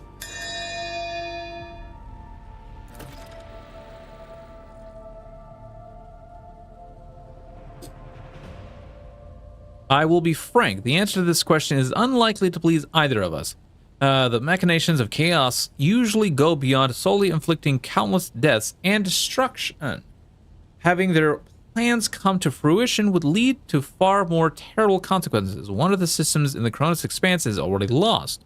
May the Emperor protect us from watching this tragedy play out again. Okay, alright. Let us assume Kiava Gamma has fallen to heresy. What then? Will you again propose we destroy an entire planet? On Rykid Minoris, you made a decision that sent billions of souls into the grasp of the archenemy. An unreasonable and unforgettable high price for a small handful of people saved by your mercy. Do I consider it a worthy exchange? I most certainly do not. I will make every effort to make sure an exchange does not happen again. Of course I will. Sentimentality is a luxury I cannot afford.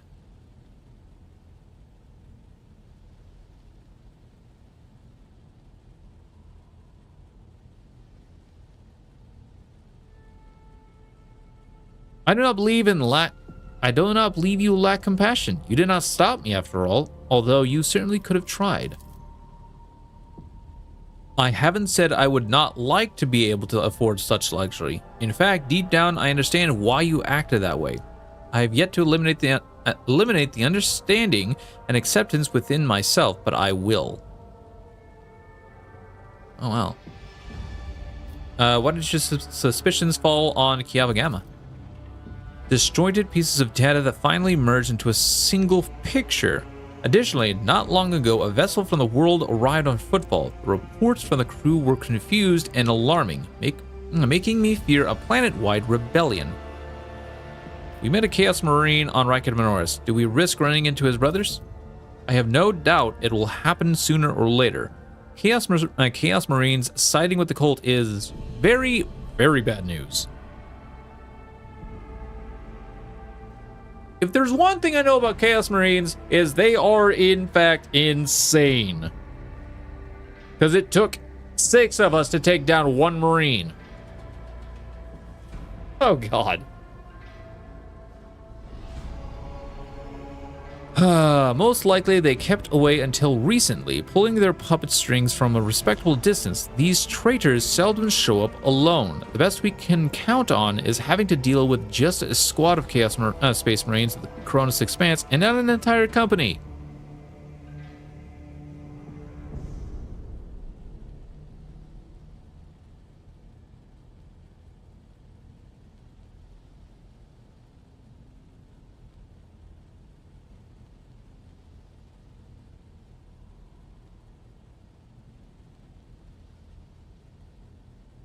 I won't let anyone throw their weight around in my world, be it they servants of chaos, Xenos, or heretics. A commendable aspiration for a person who holds the fates of billions of people and dozens of imperial worlds in his hands, which is why you need to be more vigilant when looking for seeds of corruption on your planets, lest they sprout someday and spell doom for whatever is tangled up in their roots. That is enough discussion about the archenemy's servants. Tell me about the Drukhari who stole Raikid's son. The Drukhari, one of the branches of the Eldari, an ancient and vicious Xenos race. Those creatures are a living terror to ordinary people who fall prey to their raids. The simple reason that the victims are not killed outright, but instead become their playthings.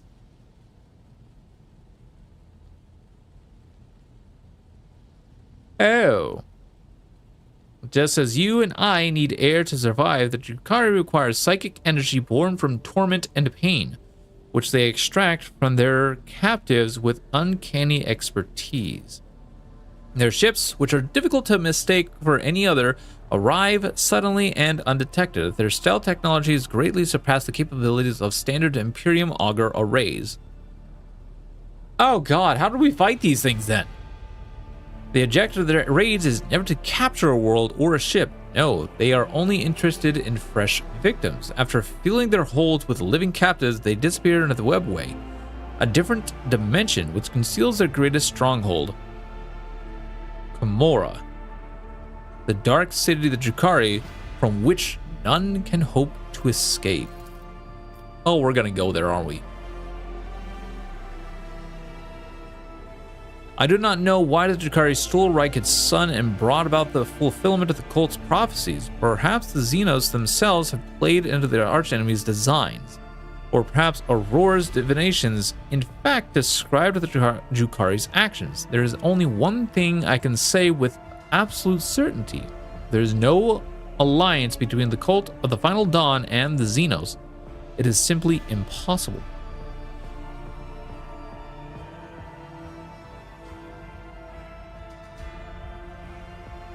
Let us depart from business matters, Henrix. You once promised to entertain me with a compelling conversation. Surely, this is not what you had in mind. I do remember our exchange. For the time being, however, I would prefer to focus on my direct responsibilities. Perhaps later, after Kiava Gamma. Thank you for sparing the time, Lord Captain.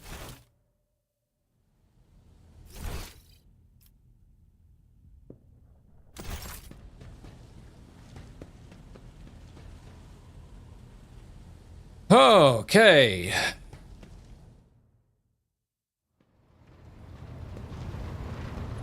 To what do I owe this visit? I want to discuss the cult of the Final Dawn. What can you tell me about it? The cult's ordinary members are humans who have been corrupted by the archenemy, traitors to the Imperium, and accomplices of chaos. Participation in the cult's rituals always entails brainwashing, literally and figuratively. The longer cult members spend among other cultists, the less critically they think, and the more closely they resemble obedient livestock, stripped of their fear and instinct for self-preservation. The worst of them go to their deaths without an inkling of doubt, ready to take hundreds and thousands of souls with them. As for those at the top of the cult's hierarchy, we have not yet managed to get a lead on all of the cult's leaders. I imagine that some of them are hiding in the depths of the Coronis Expanse. But those who are orchestrating the fanatics on nearby worlds are hiding very well indeed. Or receiving protection from above. Remind me, what is your mission regarding the cult? I need to confirm the reports from my agents. According to them, one of the cult's leaders is in the Kiava Gamma segment, an industrial world within the dominion of the Von Valancius dynasty. I hope you won't impede my investigation. What do you mean, protection from above? Governors, commanders, rogue traders. History is full of those who neglect their duty to the Golden Throne and seek allies in the wrong places. Huh. You seem to have been investigating this cult for some time. We discovered the first traces of it as soon as we arrived in the Coronis Expanse. Since then, the more we learn, the better we see just how far the roots of this blight extend. Destroying individual cells is pointless. We must cut this beast off at its head. As you wish.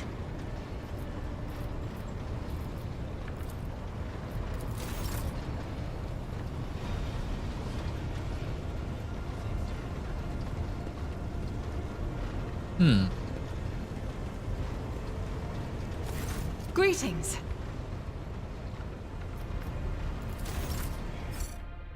Duke. Okay, boop.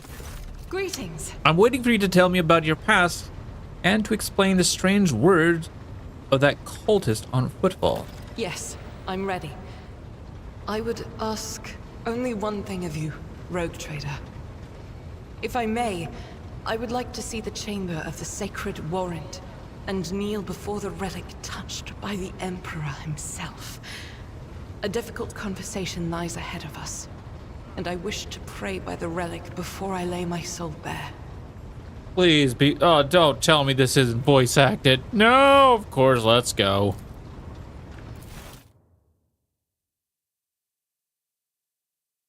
It's not voice acted, is it?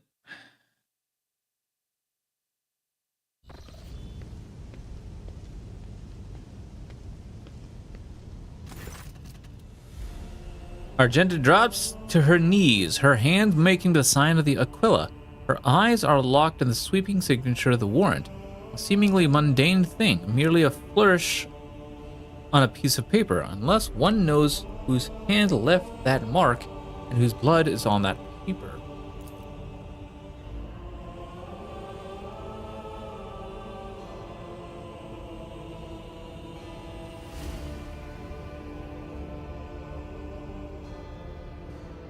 See, this would be some part of this would have been great for voice acting right here. If thou seest a flaw in me, smite me. If thou knowest a fall of mine, burn me with flames of fury and righteousness. But if thou seest a light in me, grace me. If thou hearest this plea of mine, bless me with wrath of fury and of righteousness. Her voice is sonorous, as if made for singing hymns and prayers, but right now she cannot seem to catch her breath, so overwhelmed with emotion is she. For I breathe by the will of thine, for I live. Okay.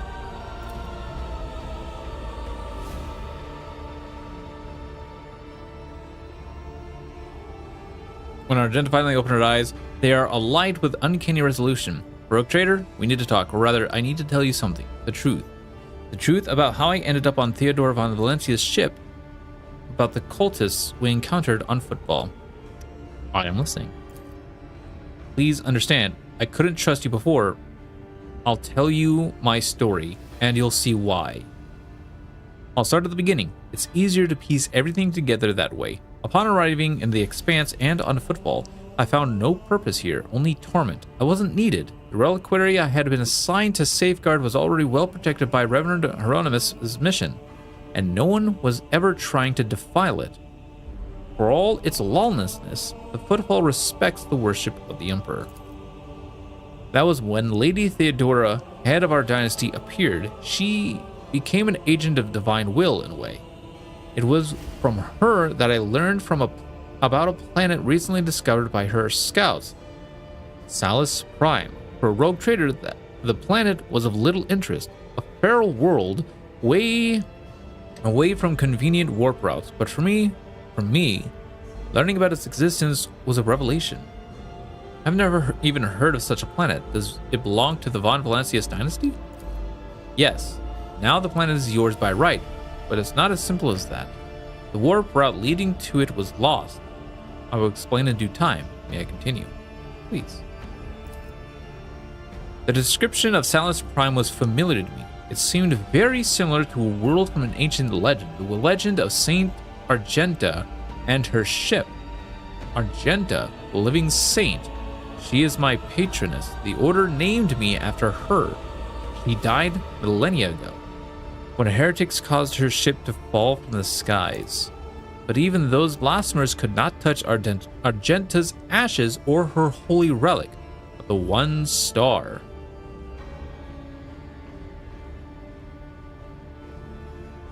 Sounds interesting. But the fallen ship, which now served as a resting place for the saints' remains, would only allow the truly righteous to enter. All others would meet their death.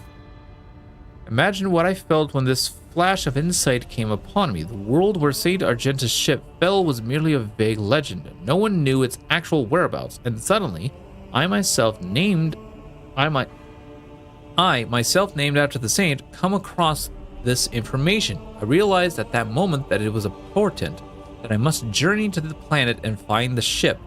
And so I asked Reverend Hieronymus to let me go for a time on a personal pilgrimage.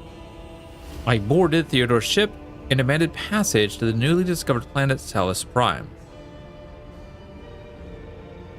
Why did you keep your supposition from Reverend Hieronymus?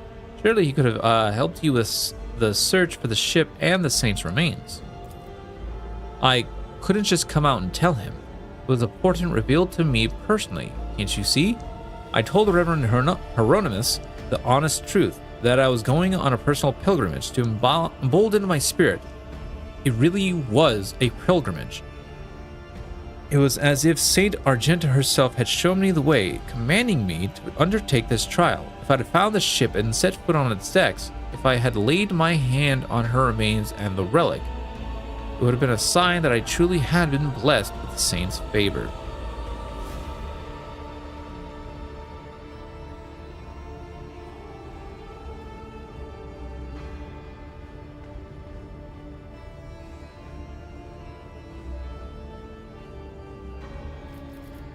So many options!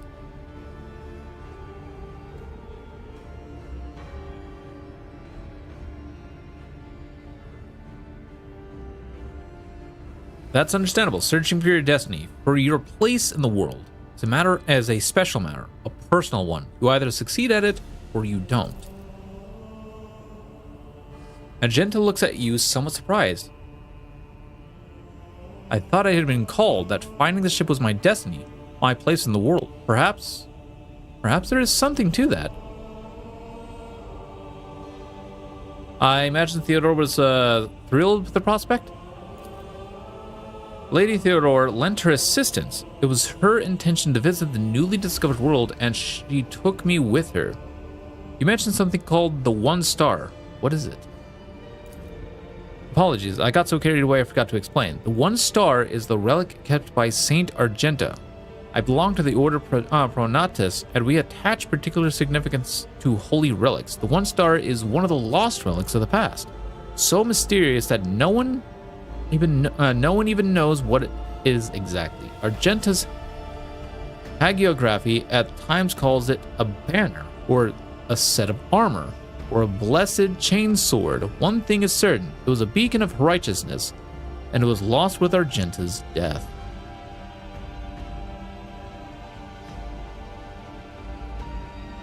What happened next? I could really use that. Defeat. The ship's augers failed to detect anything of note during orbital scanning. I was expecting this, though. According to the legend, the ship can conceal itself from the naked eye, and only a pilgrim guided by a pure heart can find it. What I didn't expect was an ambush waiting for us on the planet. I landed there with a small unit provided by Theodora. I know Saint Argenta's hagiography by heart. I know all the legends about her. I followed their obscure clues, the descriptions of mountains and rivers from millennia to old tales, and I was certain that I had found the way to the ship. And that's when we were attacked. The words we heard of the heretic shrine on footfall, something about ways, doors, please, addressed to some lord at the edge of daybreak. They were the same words as those spoken by the cultists who attacked us on the Salus Prime. My whole unit perished. All those honest, brave people I had led to search for the relic. It was only by a miracle that I didn't perish along with them.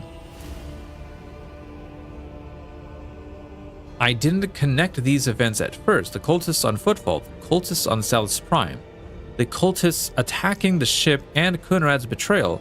What if these are all links in the same chain? What if they've long since infiltrated the ranks of the Von Valancia's servants? What if I led those heretics to the sacred planet with my search?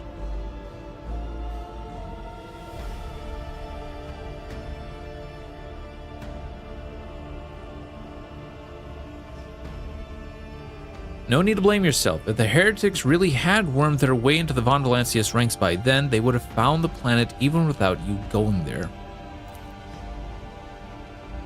I doubt it. No one except me was particularly interested in that planet. Kunrad, on the other hand, he sympathized with me when I first came aboard. He helped arrange an audience with Theodora and supported me in my effort to visit the planet.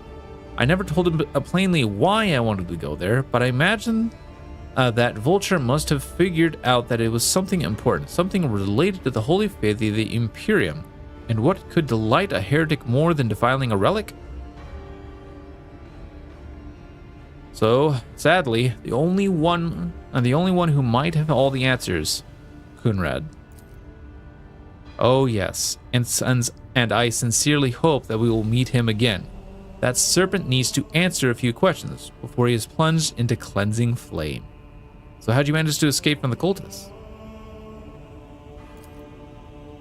Theodora's people received the distress call, came to my rescue, and brought me aboard the ship. I barely remember what happened.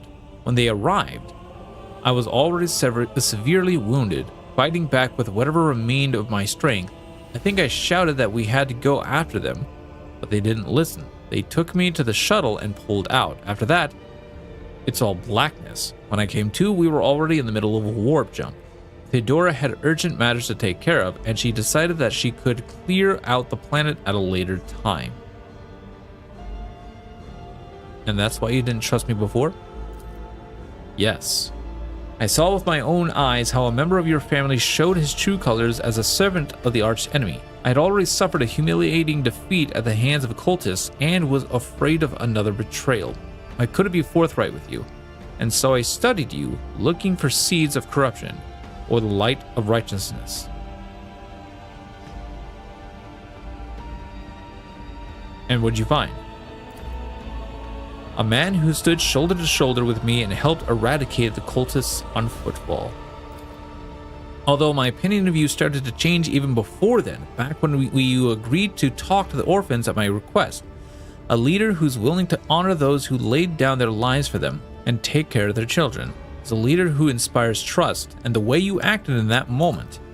You remember, there was a young man whose grief and confusion had driven him to insolence. You didn't turn a blind eye to his misdeed, but you chose the right words to show him the path to redemption. It was harsh but necessary. Like the Emperor's truth, the bitter medicine that helps the sick. I learned much about you in that moment, Rogue Trader, and I want to believe that I wasn't mistaken in my judgment.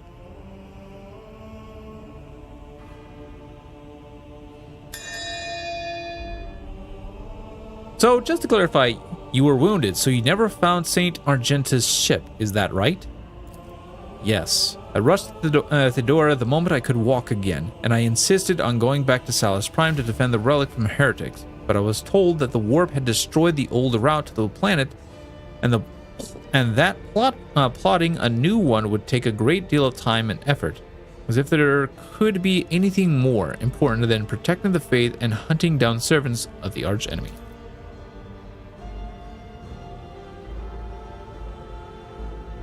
In any event, the route was lost and all knowledge of it died in the attack on the ship along with the old navigator. But now we have a new lead. The data that we collected in the cultist shrine on Footfall. I don't care what the reprobate we executed said. There must be a way to track them down. Tell me, Rogue Trader, will you help me in this undertaking? Will you help me find this great relic and return it to the people of the Imperium?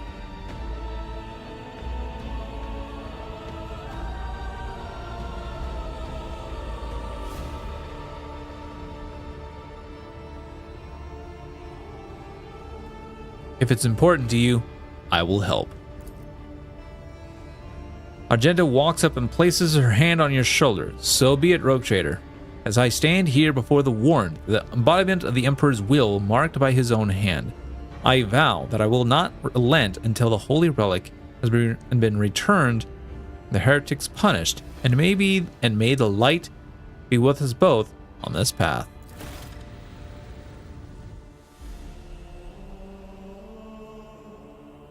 Whew. I really, at least, voice act all that stuff. That would be great. You know what would be great is if, what would absolutely be fantastic is if, Owlcat ends up doing like a special enhanced edition of Warhammer where everything is voice acted, or at least all the main companions are completely voice acted, along with some of the important side characters. Not everything needs to be voice acted, but all the more important stuff. That would be great.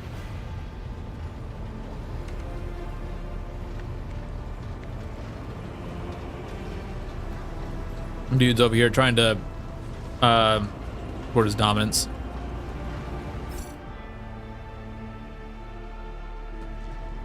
The Omniscient, may your...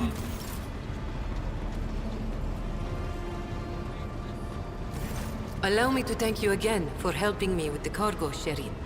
I am sure the Ashmags who squirreled away my goods won't give up so easily, and I'll hear more about their scheming yet. Let's strike a deal, Shireen.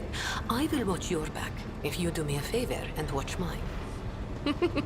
Well, enough jokes. Is there something you wanted? Was there some business you wish to discuss? Oh, Shireen, I did manage to spark your interest. Allow me to invite you to a more private place. My words are meant for your ears alone. Oh my god!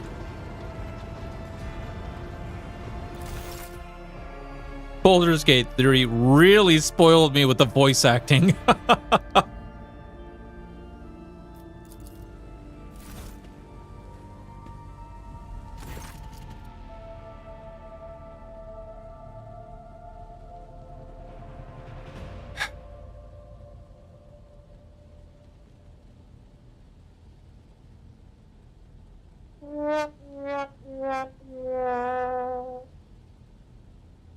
You know, in normal cases when they go, let's talk in a private place, it's not voice acted.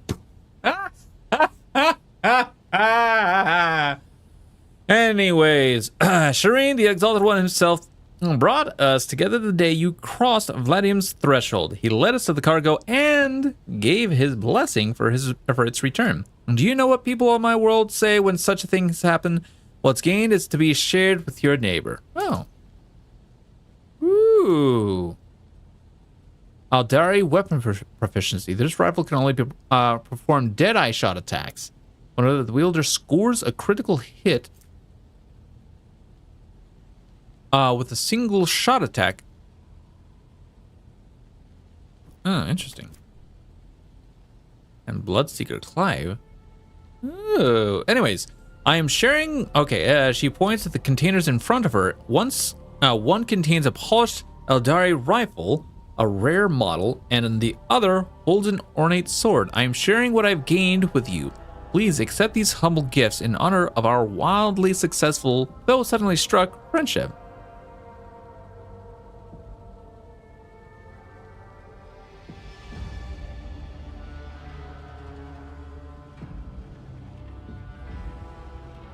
Truly wonderful gift. I accepted with gratitude. I knew you'd appreciate the xenomastery of the craft. Holy crap, my phone's going crazy here. Hold on.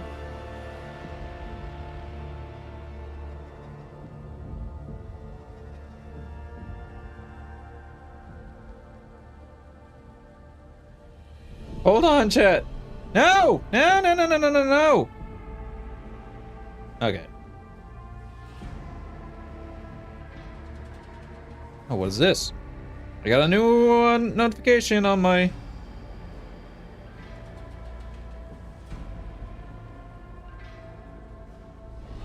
Honey? What? What? Okay, that was weird. Anyways. So, the matter I wanted to discuss with you is related to my business. You know that I sell Xeno artifacts to interested Imperial subjects, and Imperial trinkets to Xenos. Business is going well. My network runs even without my participation. But when it comes to expansion, well, that is where I hit a wall. Rivals envious of my success. Falco especially. I am certain the theft of the cargo was his doing, but I can never predict what the Ashmag will do next. And while the Imperium's authority may be fragmented into the expanse, it could crack down on people of my profession at any moment.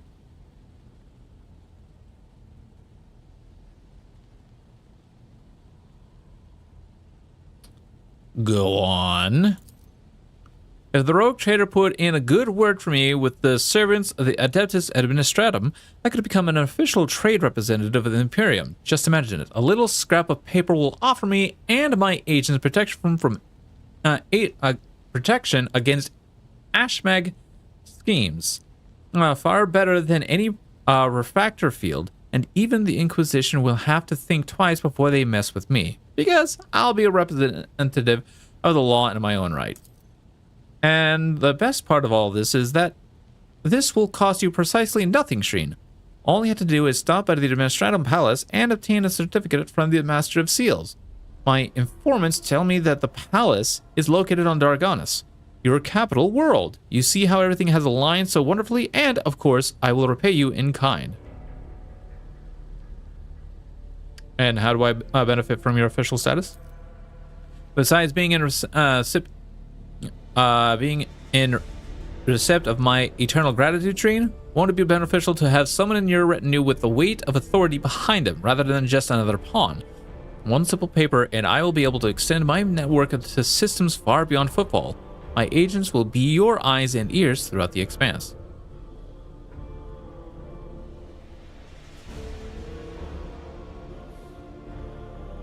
That sounds simple enough. I'll help you.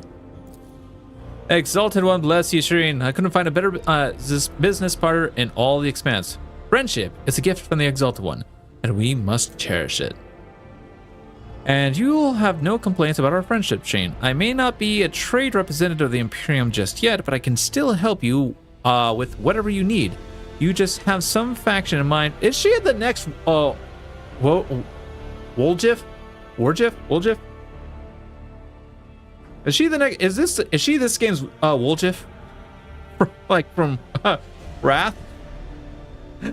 Oh, you must have some faction in mind that you would like to establish relations with. The severe Drusians, the hot-headed pirates, not an entirely inaccurate comparison. Okay. Or their wallets, I will arrange everything. You merely have to ask. Oh my god, seriously?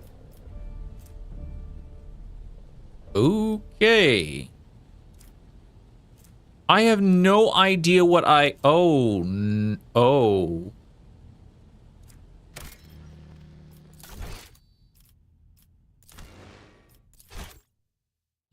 I'm gonna have to come back to that.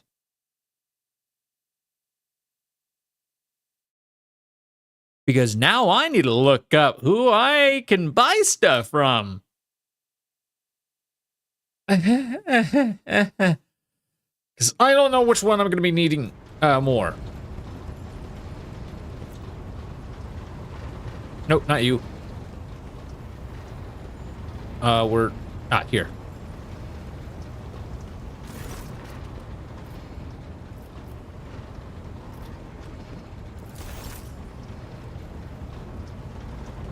Okay.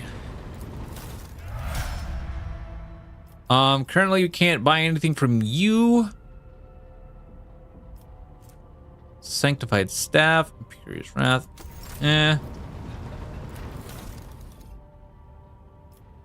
I am nowhere near enough. I need another 2. Okay, Rizza. Okay, we definitely want this. Yoink. I can't get these yet.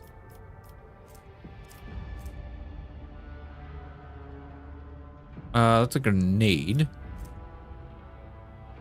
A pirate chainmail. Armor 50. Wow. Okay, I would like to maybe go for the Rizza. Anyways, how about here? What is this? Oh, okay.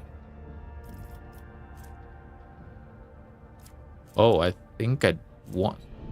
Provides 80 points of protection for each sector. That's nice.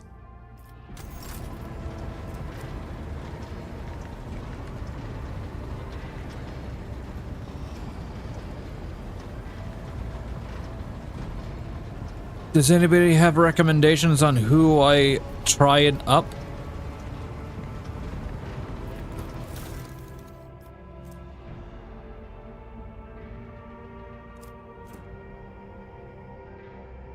As the owner to medikit, it also grants toughness bonus MP after using a medkit. Okay.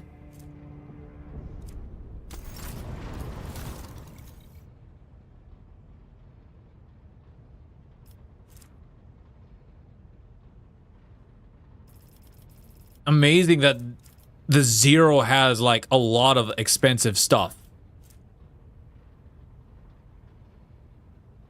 What are you? Drukhari weapon proficiency. Commissioner's boots. Whenever the wearer chooses an ally as their target of their ability, the wearer immediately gains plus spell bonus divided by 2 MP. Movement. Oh, nice. The target can get ally gains MP at the start of this ally's next turn.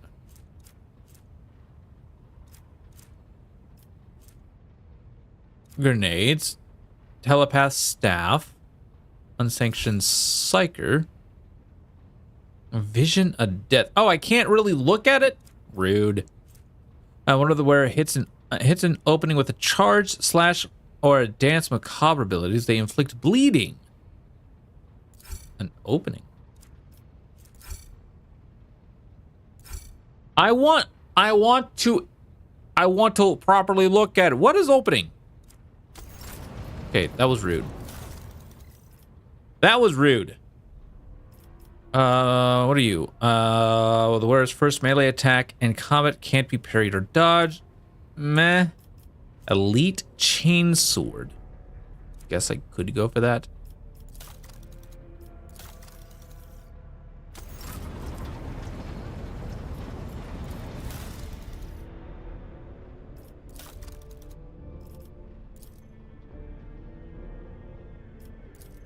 Oh, that's only gonna be 300? Wow! I need to do more space battles. 'Cause I'm pretty sure that's all they need. That's all they want is stuff from space battles.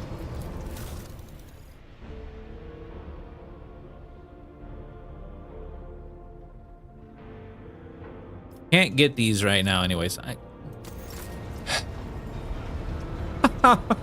Gonna be what? Like, how easy is it for me to actually increase my profit factor? All right, so I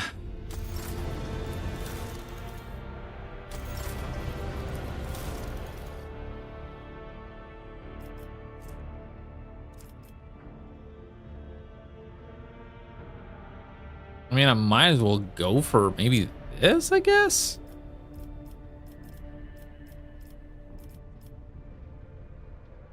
God, 70 factor?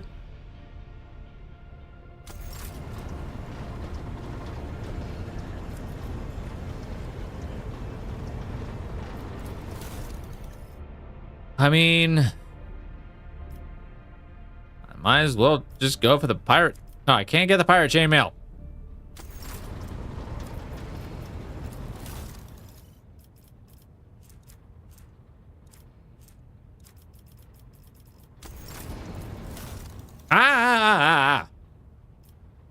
Like this.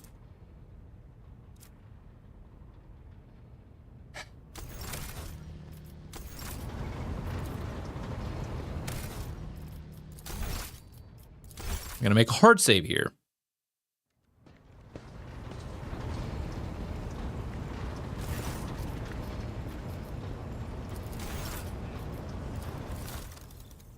Should I just go for this? Because these could work on, though. No, that I actually don't want to get rid of the boots currently on Abelard, because those are insane boots. Decreasing the charge by 1. Yes, I will take that. I will keep that. I would love to keep that. I would like to do something else, but then there's this.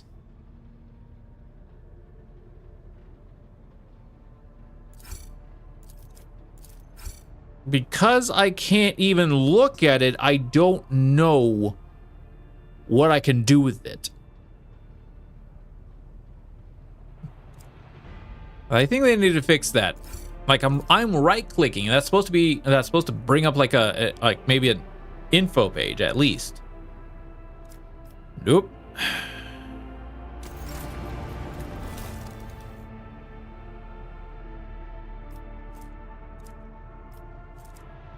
Can't get any of these.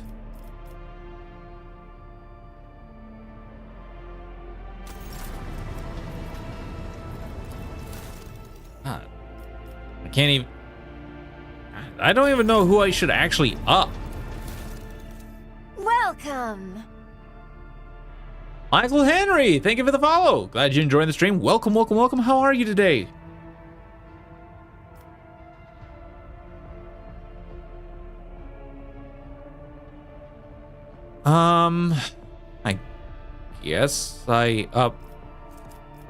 I guess I go ahead and work towards Dolores. Our good pal Reverend.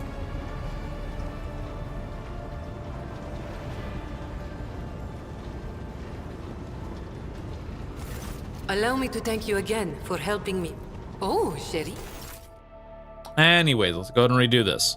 Go back through all this, pick the good old Reverend.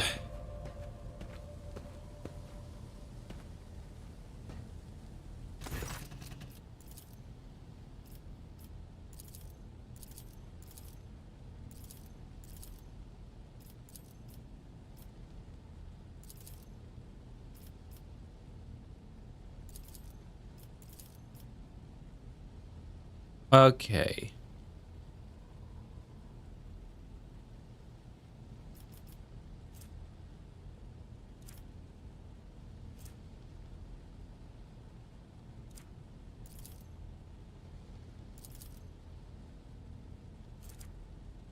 All right, I will humbly wait until you steer your vessel towards Argones. Oh. That works. Wait, I have a vault?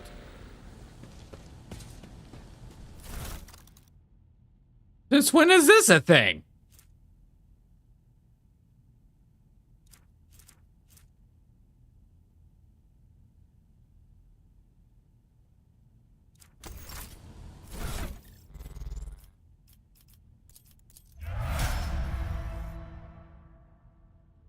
I got 2 people I need to level up. I will look at her here in a second. Chainsword. Comparatively...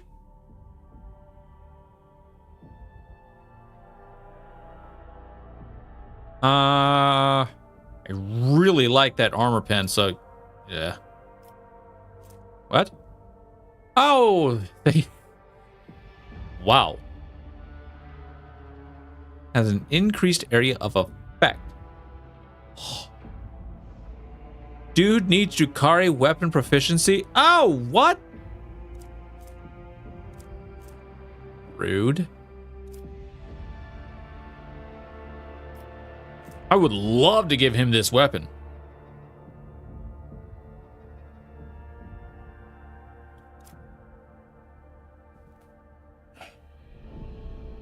Anyways.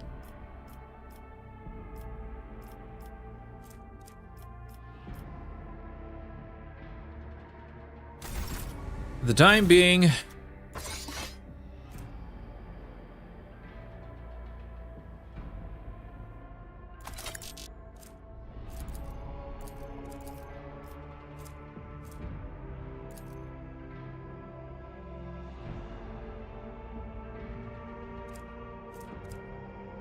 huh, okay.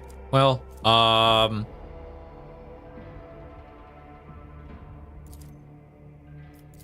I think I can go ahead. Yeah, I think I can go ahead and send that to cargo.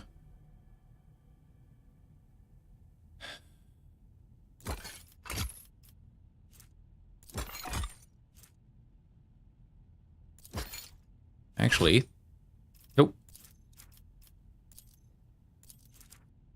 That is that. Okay. Hit chance against Xenos.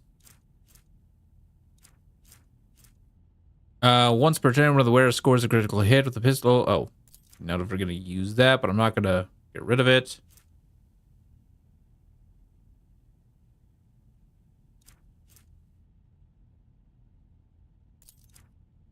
There's that in there. All targets at taunting screams suffer a penalty to their willpower tests and against this ability, which, great as it is. Excuse me. We have somebody who can do better.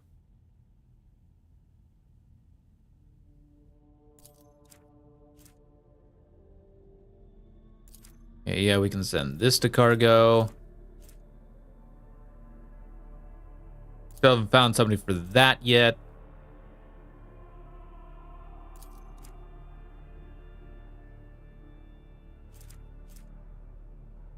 Yeah, I can send you to cargo.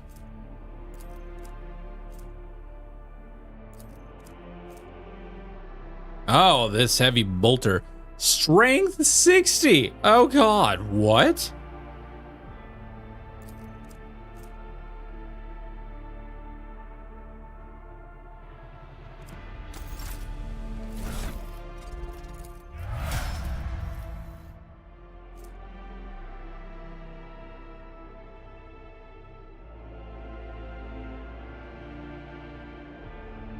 Ooh.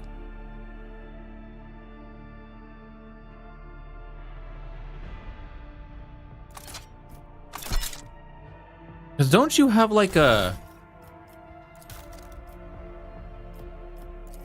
Didn't I give you like a plasma proficiency or something?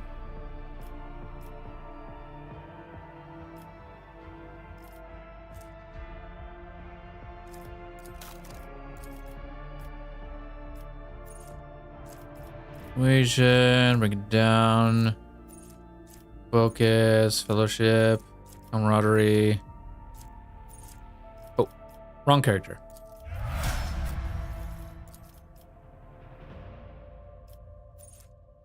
Passive learning.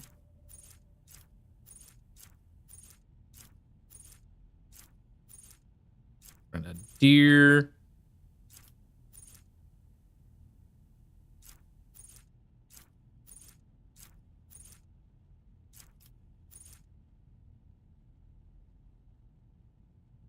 Okay, Pascal gains plus 10 to ballistic skill and plus 20% to dodge reduction with plasma and Melta ranged attacks.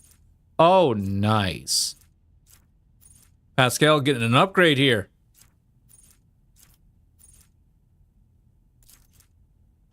Yep. Just give him plasma weapons and he's good to go.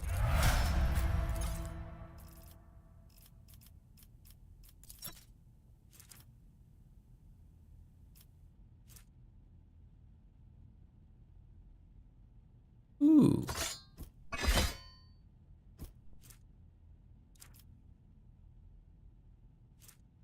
Oh. He does lose armor pen, but I think that's fine because he's not usually early in melee a lot, so this is fine. That's fine. That's fine.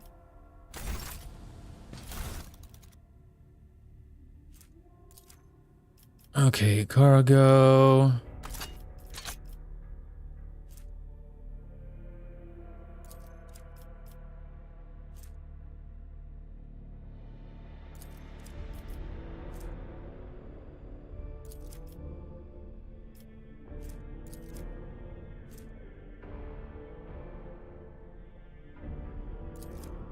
That's an interesting weapon.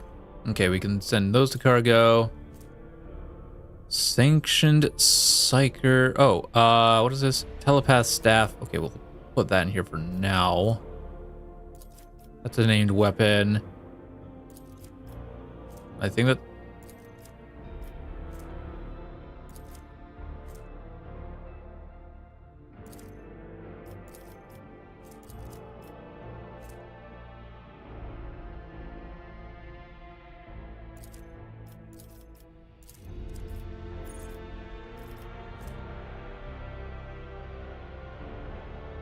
Oh wait, no, that's going to hold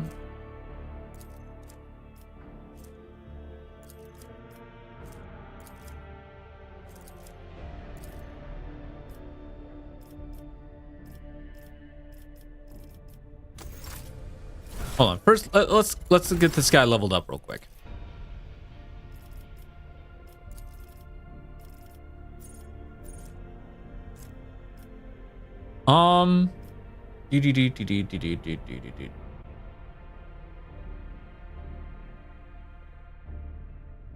Because I'm probably going to start bringing him along instead of Argenta.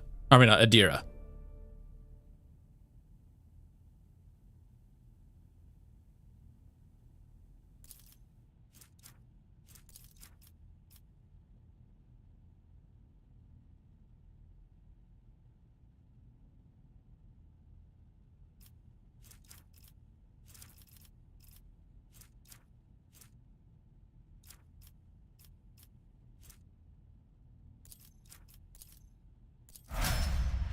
There we go.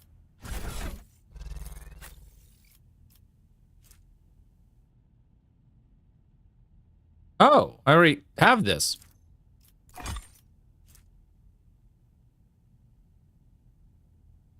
The additional agi bonus, and you're getting a lot of agi, so there's that. When the bird kills an enemy in a 1 cell radius with a shot, they gain +1. Oh,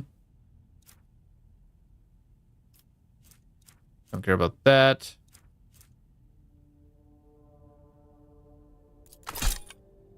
Maybe.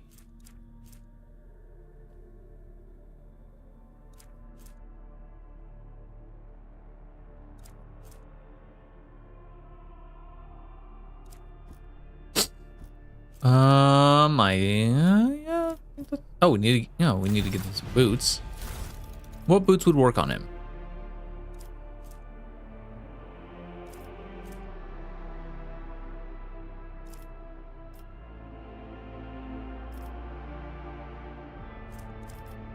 Wait. Huh? Oh. Oh, that'll work.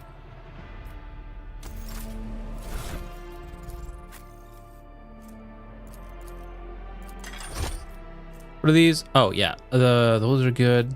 I don't have anything like right here. I feel like I'm missing so many of those.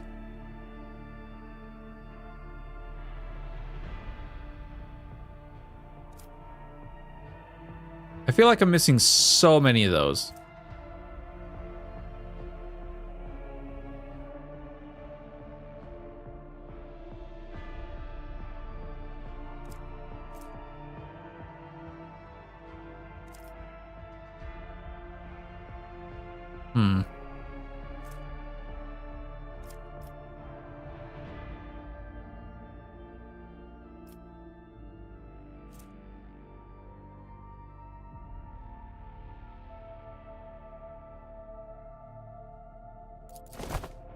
I think I'll take that instead.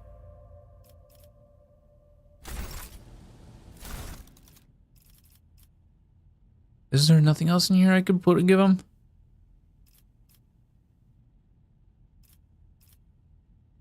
Yeah, okay. Yeah, I don't want to like continuously clutter up this, so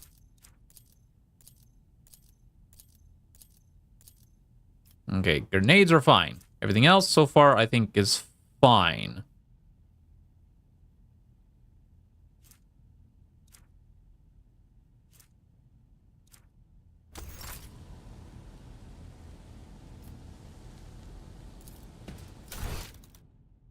Oh, okay. All right.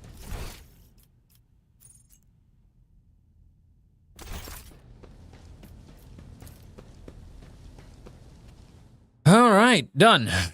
Now we can maybe go talk with I don't know, maybe Cassia.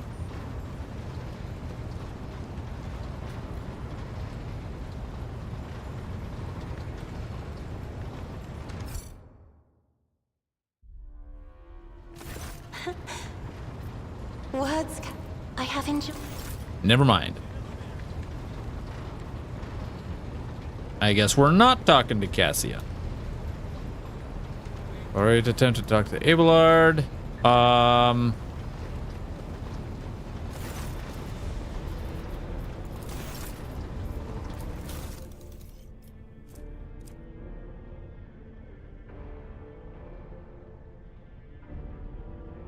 Wasn't I supposed to get like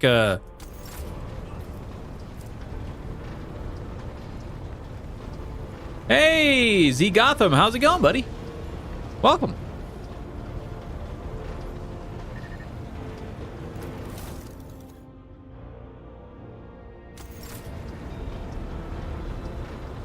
Wasn't I supposed to get that? Oh, did it put it in here? Oh, whatever.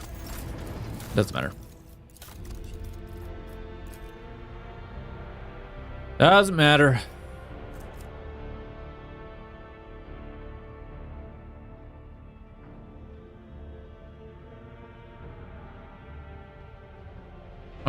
Just a bit buzzed, man. Oh, all good, understandable. What you drinking?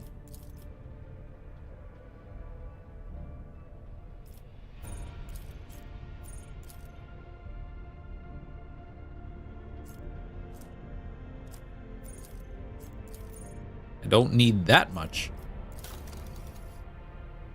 Because I only need to get to 1. Well, nah. How about me? I'm doing great, fantastic. Not buzzed, because I gotta work tomorrow, so. Anyways, drinking water. Cheers.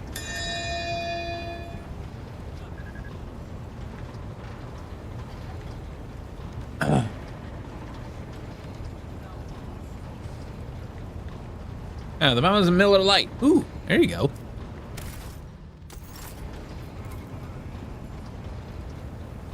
I'm usually of the darker type. Nothing else. Oh, we do need to continue to talk to Jay for a little bit because she does have a lot May of. the Exalted One protect you. Have you grown bored with our little talk, Shireen? No, you don't look like a typical smuggler. No truer words have ever been said. I'm far more exciting than some small-time peddlers from Footfall. Allow me to introduce myself properly.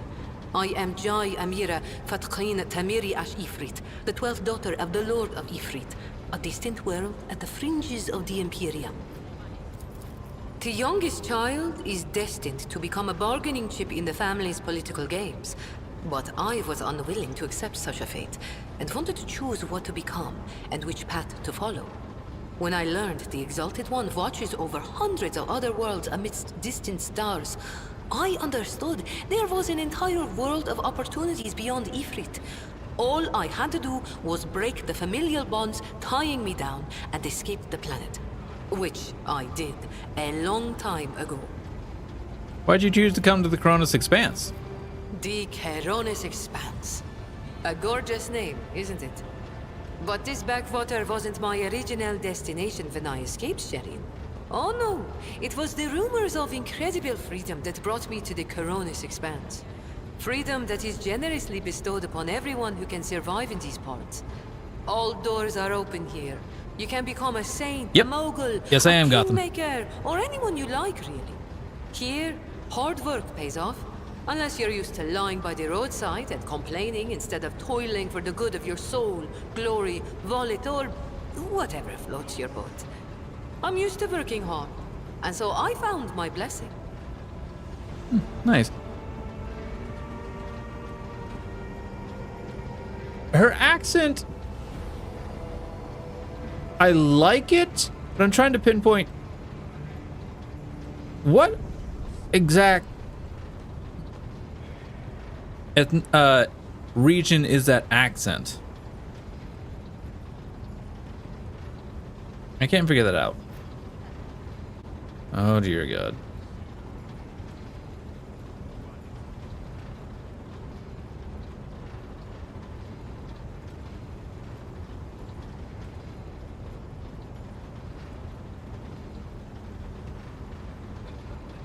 Okay. But, anyways. Let's hear it again. Yeah. How'd you escape from the Efreet? I convinced my father I personally wished to oversee the inspection of imported goods. I had to get experience so I wouldn't bring shame on our family, didn't I? I made friends with traders, missionaries, and soldiers at the port. I listened to their stories, studied the charts, learned what documents I had to forge to escape the planet. A kind word here, a shiny coin there. And here I am, in the iron belly of a ship, braving the void in search of a new life. I don't know why. It sounds like almost kind of a slight conglomerations of Middle Eastern accents. With a little bit of European in it. Judging by your implants, you've had quite a few close shaves over your years. Over the years. Consider it a mark of my trade. This year, Xenos. Dumb-headed orcs. Who knew that we weren't the only ones to get tempted by the wreck of that raider? As for this treasure, I received it as a reward for a life that had been just a little too good. I was in a hurry to get to the Adeptus Amasacus after the Exalted One blessed me with immense wealth. I was 2 backstreets away from the den when a pathetic Ashmag attacked me, envious of somebody else's fortune.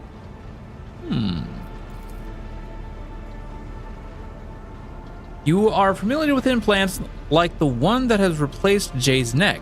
It is merely one part of a massive augmentation replacing the internal organs. A slit throat could not have been the cause for installing such a sophisticated device.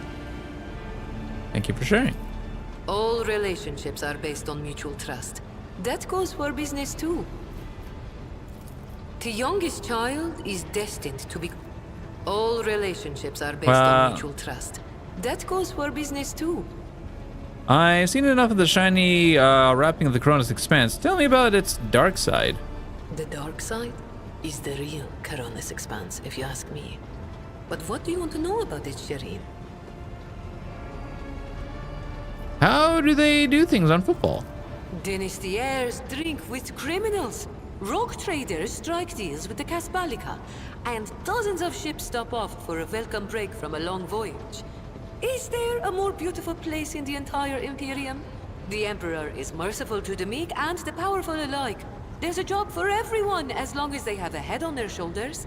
And if you feel like talking to him in person, the statue of the Exalted One can be seen from any asteroid. You can pray to your heart's content. Tell me about the mission.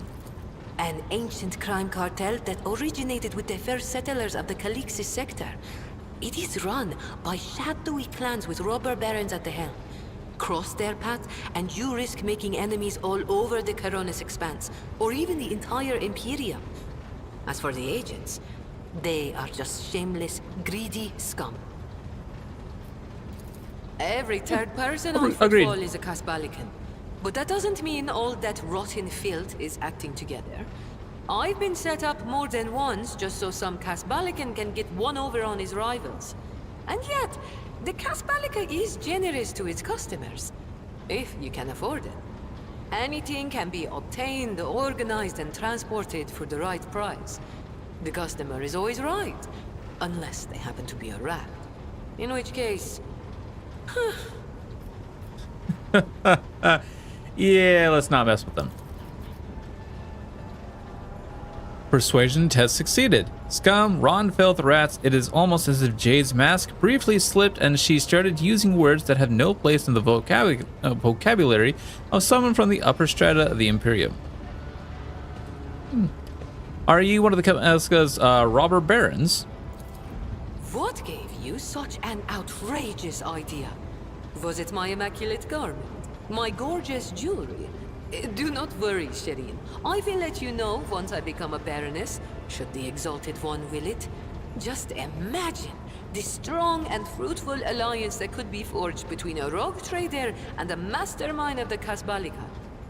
How'd you become a Kasbalika agent? It's not hard to do on Footfall. I spent a year working for good old Christo. He was a brave soldier who gave up the ghost in a scuffle with orcs, and then took over his business. Having a good head on your shoulders and keeping the Exalted One in your heart helps to establish new contacts quickly. Eventually, I gathered together a group of honest and loyal people, and it only took a few successful contracts for the Kasbalika to take notice. I quickly settled on Footfall and started dispensing my wisdom to my protégés and subordinates. I lost the taste for getting my hands dirty. Tell me about the cold trade. It really is simple, Sherry. The Kasbalika runs the Imperium's black market, offering special goods to those who can afford their services. Yes, I am talking about Xeno artifacts too. Alien weapons, technology, sometimes even certain kinds of living creatures. Unlike the rogue traders whose sacred warrants make them immune even from the laws of the Exalted One, Kasbalikan agents are used to hiding and covering their tracks. Nobody wants to draw unwanted attention, no matter who might take an interest. Especially now that the Coronis Expanse has a warrior of the Golden Throne as its watchman. Understandable. Well, let's change the subject. Why not? The decision is yours, Sherry. You're telling me tales about your colorful past, Jay, but I feel not all of these stories are true. Listen, Shireen, the giver of happiness and the dearest of my friends. I am who I am. A cold trader, a Kasbalikan agent, and your partner. We each have a past, and that past is sealed. I'm not prying into your soul, am I? Well, have pity on mine. It has already been gnawed at by the Aji. And if you don't like the sound of that, we'll just go our separate ways. Deal? Fair enough. All relationships are based Tell on me about- mutual trust. That goes for business too. Tell me about your business in the Coronis Expanse. My trade means knowing the right people and non-people. Having the right connections and making sure the precious goods find their way into the hands of my no less precious customers. My wisdom includes the knowledge of the enemies of humankind, be they Xenos or the lowest scum of the Imperium, as well as the latest knowledge about how they charge for any particular curio at the Footfall Market. Not even the most cunning Aji will deceive you as long as I am with you, Shireen. I promise you that. Whatever I have can be yours too, if your unfathomable wealth isn't enough for you already, I mean. Okay. This has been going through my mind for a little bit now. This has nothing to do with Rogue Trader. When somebody follows me, instead of first typing into my Twitch chat, they send me a DM. This has happened a few times now. And it's very annoying.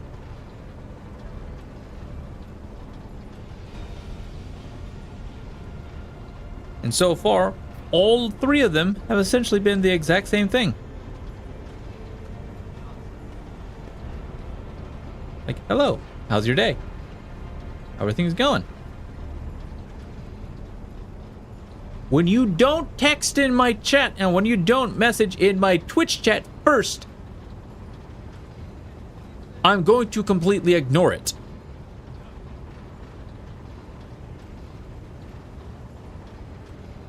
But this has happened a few times now. When you follow me, and then you message me in a DM, not say hi in my Twitch chat, and it definitely goes to show, like, yeah, you're more than likely not a real person. Like, there's a Twitch chat for a reason. Don't DM me. I don't know you.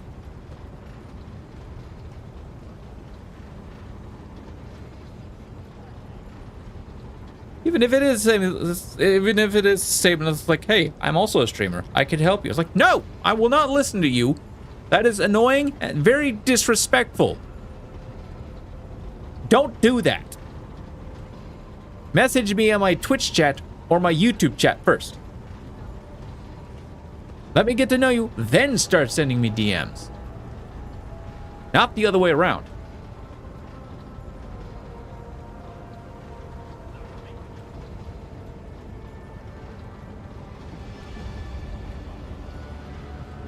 Say hello. Let me get to know you. Seriously, that's all you have to do.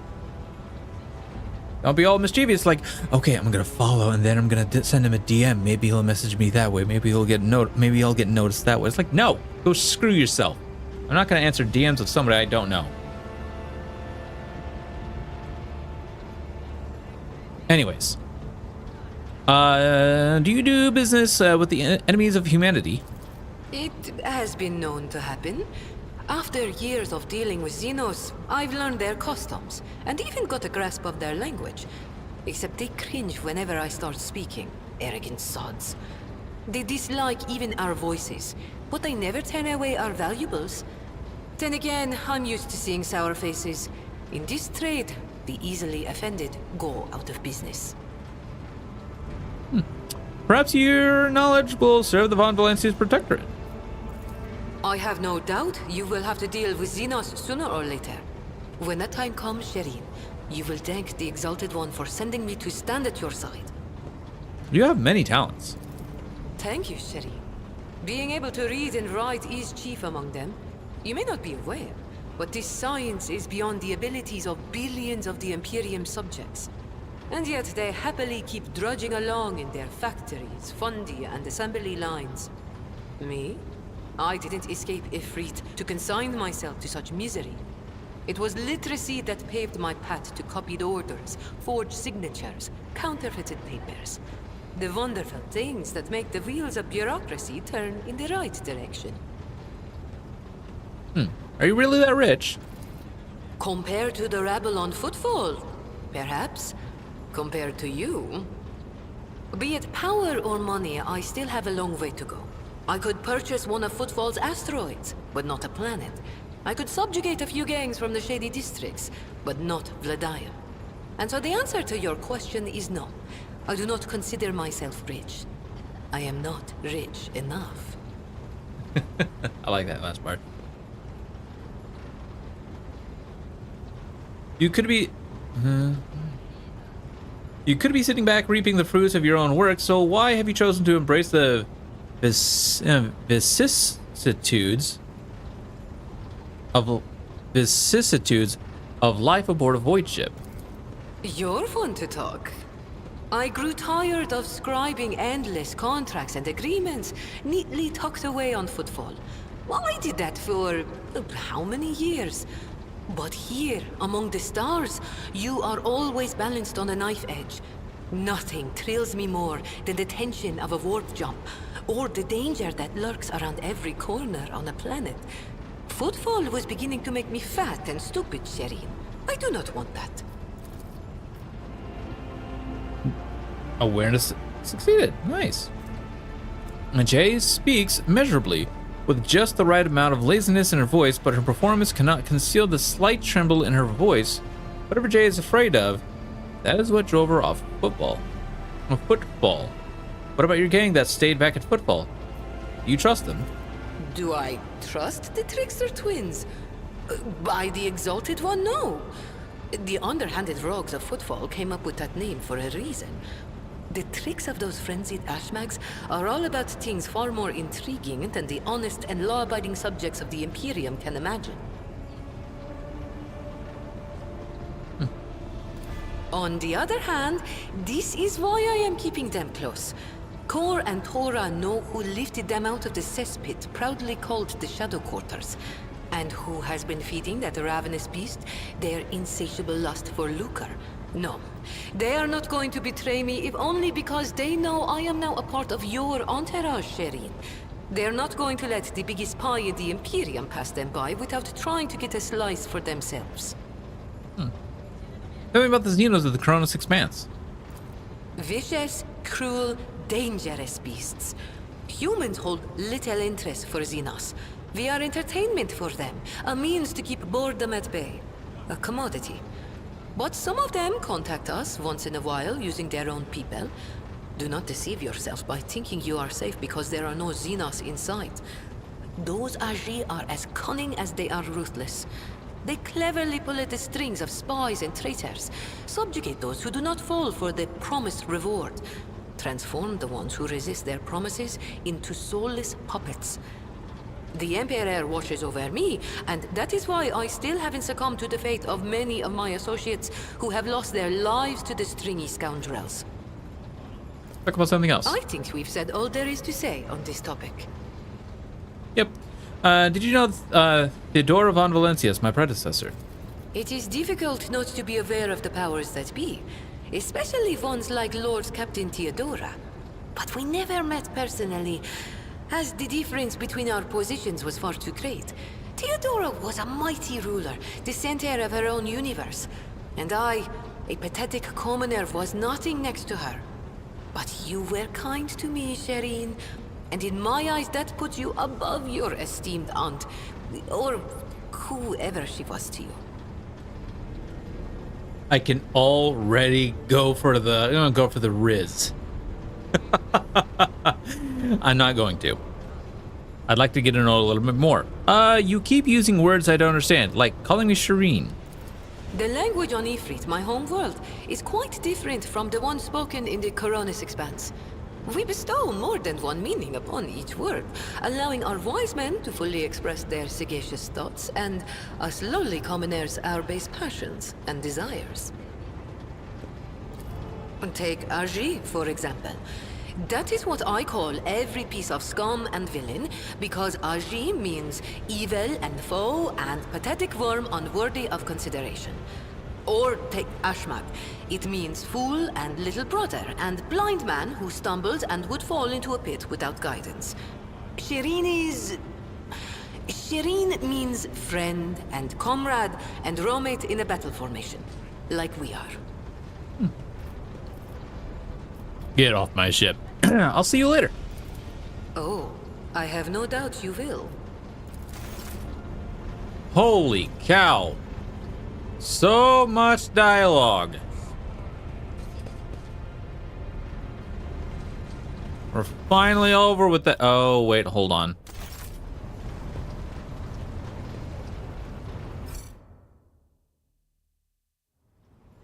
What happened to that guy?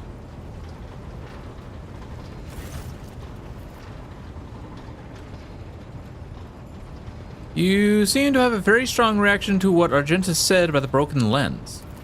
It was just my nerves playing up. Something about our little saint doesn't sit right with me, and I trust my gut. Oh sure, she seems straight as an arrow and as predictable as a hangover after drinking. But when I look at her, something about her makes my brain itch. After that conversation, I tried to listen to what was being said about her.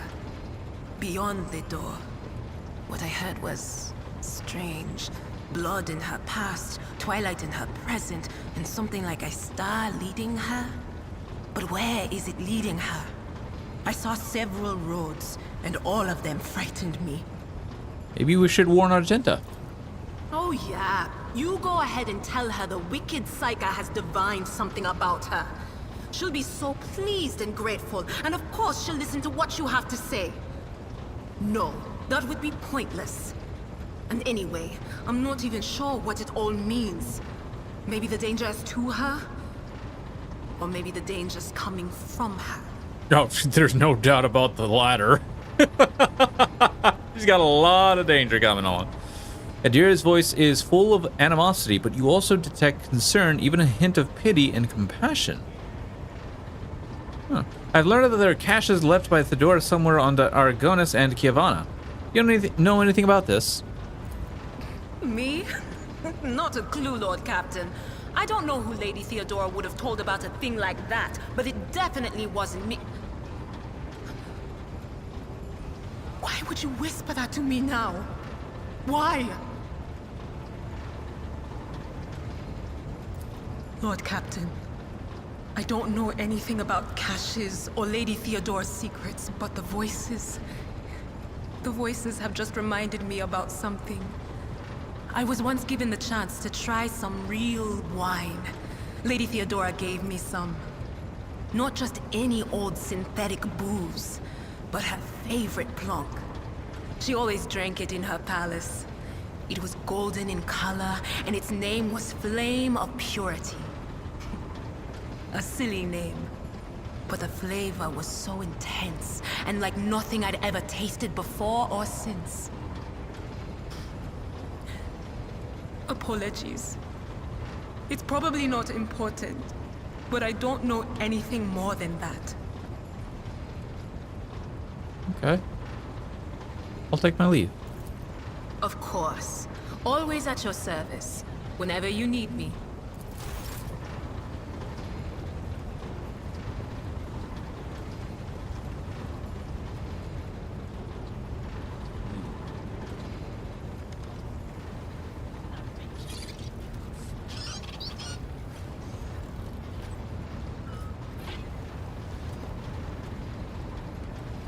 Anything more we need to talk about, Henrix?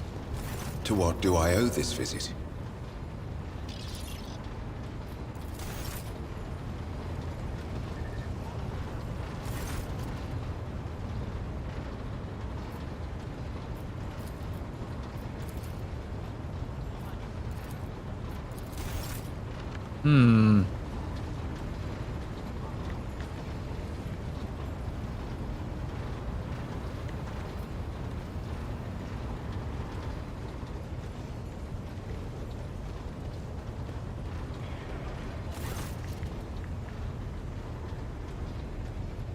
Do you know anything about the ship named the Fiery Reckoning?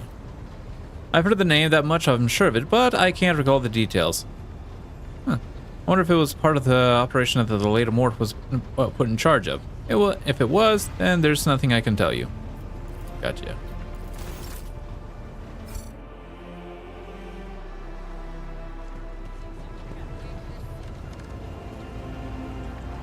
They're the Imperium and the House Morcelio. Okay. Lord Captain, your presence is welcome. Oh, and are you I ready wish to apologize for my prior coldness. After our first meeting, I was concerned that you would turn out to be another faithless offshoot of the von Valancius dynasty, like the traitor Conrad. But now I see before me a worthy leader and servant of the Imperium. I am glad to accompany you in your endeavors. I'll take it. Are you ready to tell me more about yourself now? If such is the rogue trader's wish, although there isn't much I can tell, I am the Emperor's daughter and his servant. What else is there to know? Where do you hail from? Now that I can tell you, I come from everywhere and nowhere. I am the child of officers of the Imperial Guard. I was born in the hold of a warship. Grew up following my parents' deployments from one planet to another, and lost my family in the flames of a righteous war. My memory is like wafts of smoke over a still battlefield. The gray of a ship's plating, the strict cadence of life in military camps. My mother's uniform, I loved looking at it. Then, that battle, the rumbling, the shouting, and the soot, the screams of soldiers burning alive, and the gold of the regiment's Aquila, untouched by soot or blood, the last unsullied piece of a world that was going mad. That was my last memory of my mother, and of my former life. Before the Schola Progenium and the novitiate. Before my trials. Before the vows. The golden shard you carry with you. My own relic. It's the regiment's Aquila. Or rather, the fragment that survived the attack, the explosions, and the fire. For me, it's a reminder that purity and radiance can be preserved, even in the heart of darkness. How'd you become one of Adeptus Sororitas? Become. It's such a strange word for it. It seems right, but is that how one talks about their destiny? If you're asking about the path itself, that's easy enough to answer. First, like many other orphans, I endured the Sculoprogenium. Those years were rough, but I remember the hardship fondly. Few things can compare with the feeling of satisfaction from a past trial, even if it leaves your body aching from exhaustion, or your soul wincing in pain. I was one of the best among my peers, and I was selected for the novitiate in the ranks of the Adeptus Sororitas. When the hour came, I passed the trials and took my vows.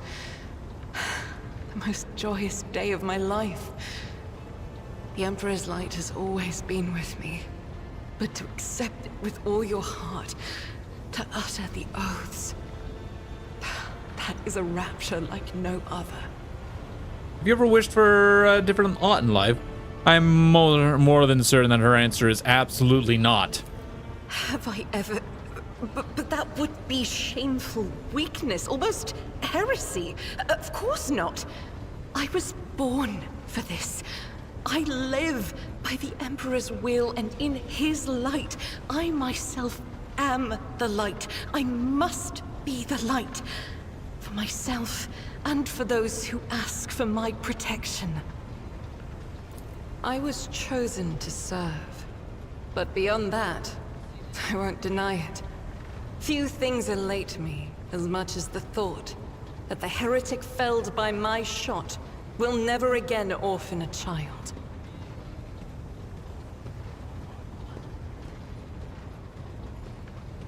Worthy goal.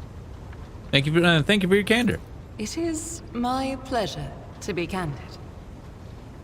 We'd like to discuss Salus Prime, the relic that you want to find. Of course. My mission is all I can think about. What is your mission? To find the way to the planet called Salus Prime. We already know.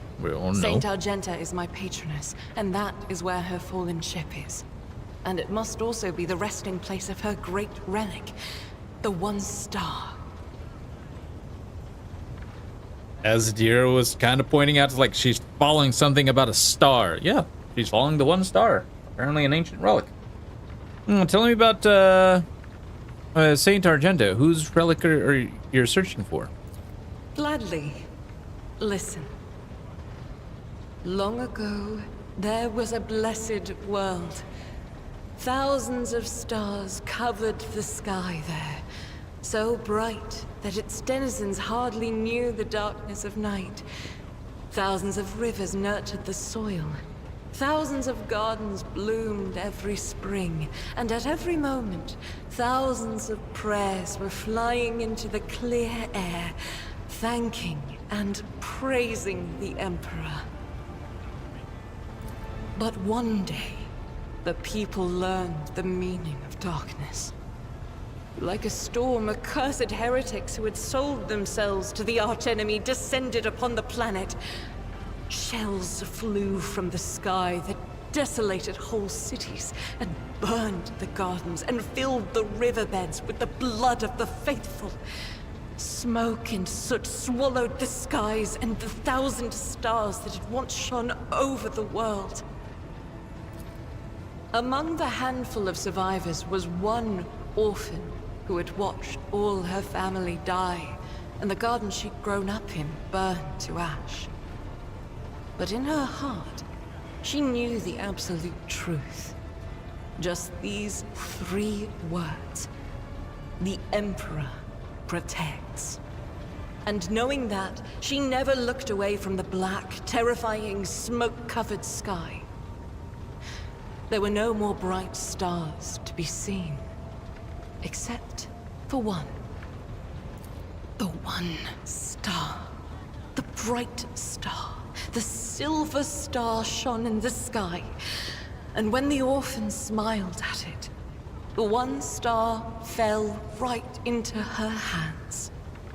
All the faithful in every corner of the continent who saw the trail of the falling star recognized it as an omen and went looking for the place where it landed. And they rallied together. And with the light of the One Star, they found their salvation. The girl from the story. That was Saint Argenta? Yes, that was the beginning of her hagiography. It is known that she lived on a world where heretics staged a terrible insurrection. They wiped out all life on the planet, except those whom Saint Argenta managed to save with the one star, and with the strength of her faith. After that, she traveled between worlds, gripped by turmoil on her ship marked with a silver star, and brought hope to the faithful. Numerous accounts confirm this. Her coming helped people turn the tide of the war and wipe away corruption before the Imperium's main forces even arrived. Millions of people owed their lives to her, but the heretics, having realized their imminent defeat, sent the remnants of their forces after the ship with the Silver Star. It fell from the skies onto an obscure world. There are no definitive records of how old Argenta was at the time. In some chronicles, she's even called the Child Saint, but their credibility is questionable. Either way, she didn't live long, but she left a bright trail in her wake, like a falling star. But what is the one star? If I only knew. Neither the hagiography nor the legends give a straight answer. Classical iconographers believed that the star turned into a banner woven from silver thread, which, when brought onto the battlefield, would shed light that blinded only heretics, but did no harm to the faithful. Most of them portrayed Saint Argenta as a girl carrying this banner. Others think that upon falling from the sky, the one star became a holy chainsword, which Argenta later used to strike down monsters and enemies of the Imperium. In some of the earlier engravings, Argenta is depicted wearing power armor with a silver star on her chest. One theological theory suggests that this armor was, in fact, the relic. Some even think that the one star is actually the ship on which Argenta traveled. I wouldn't mind the latter. I feel that my undertaking will be fulfilled when I find the answer that has eluded the Ecclesiarchy for millennia. I pray we find the way to Salus Prime soon. The ruinous powers must be aligned against us. They stand in the way of faith. I have no more questions. One day we will reach Salus Prime and stand before the gates of Saint Argenta's ship. I know it. I believe. And I'm certain you do. Holy cow. That's voice acting, ladies and gentlemen.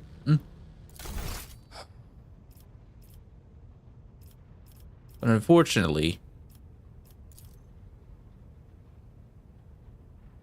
I need to go.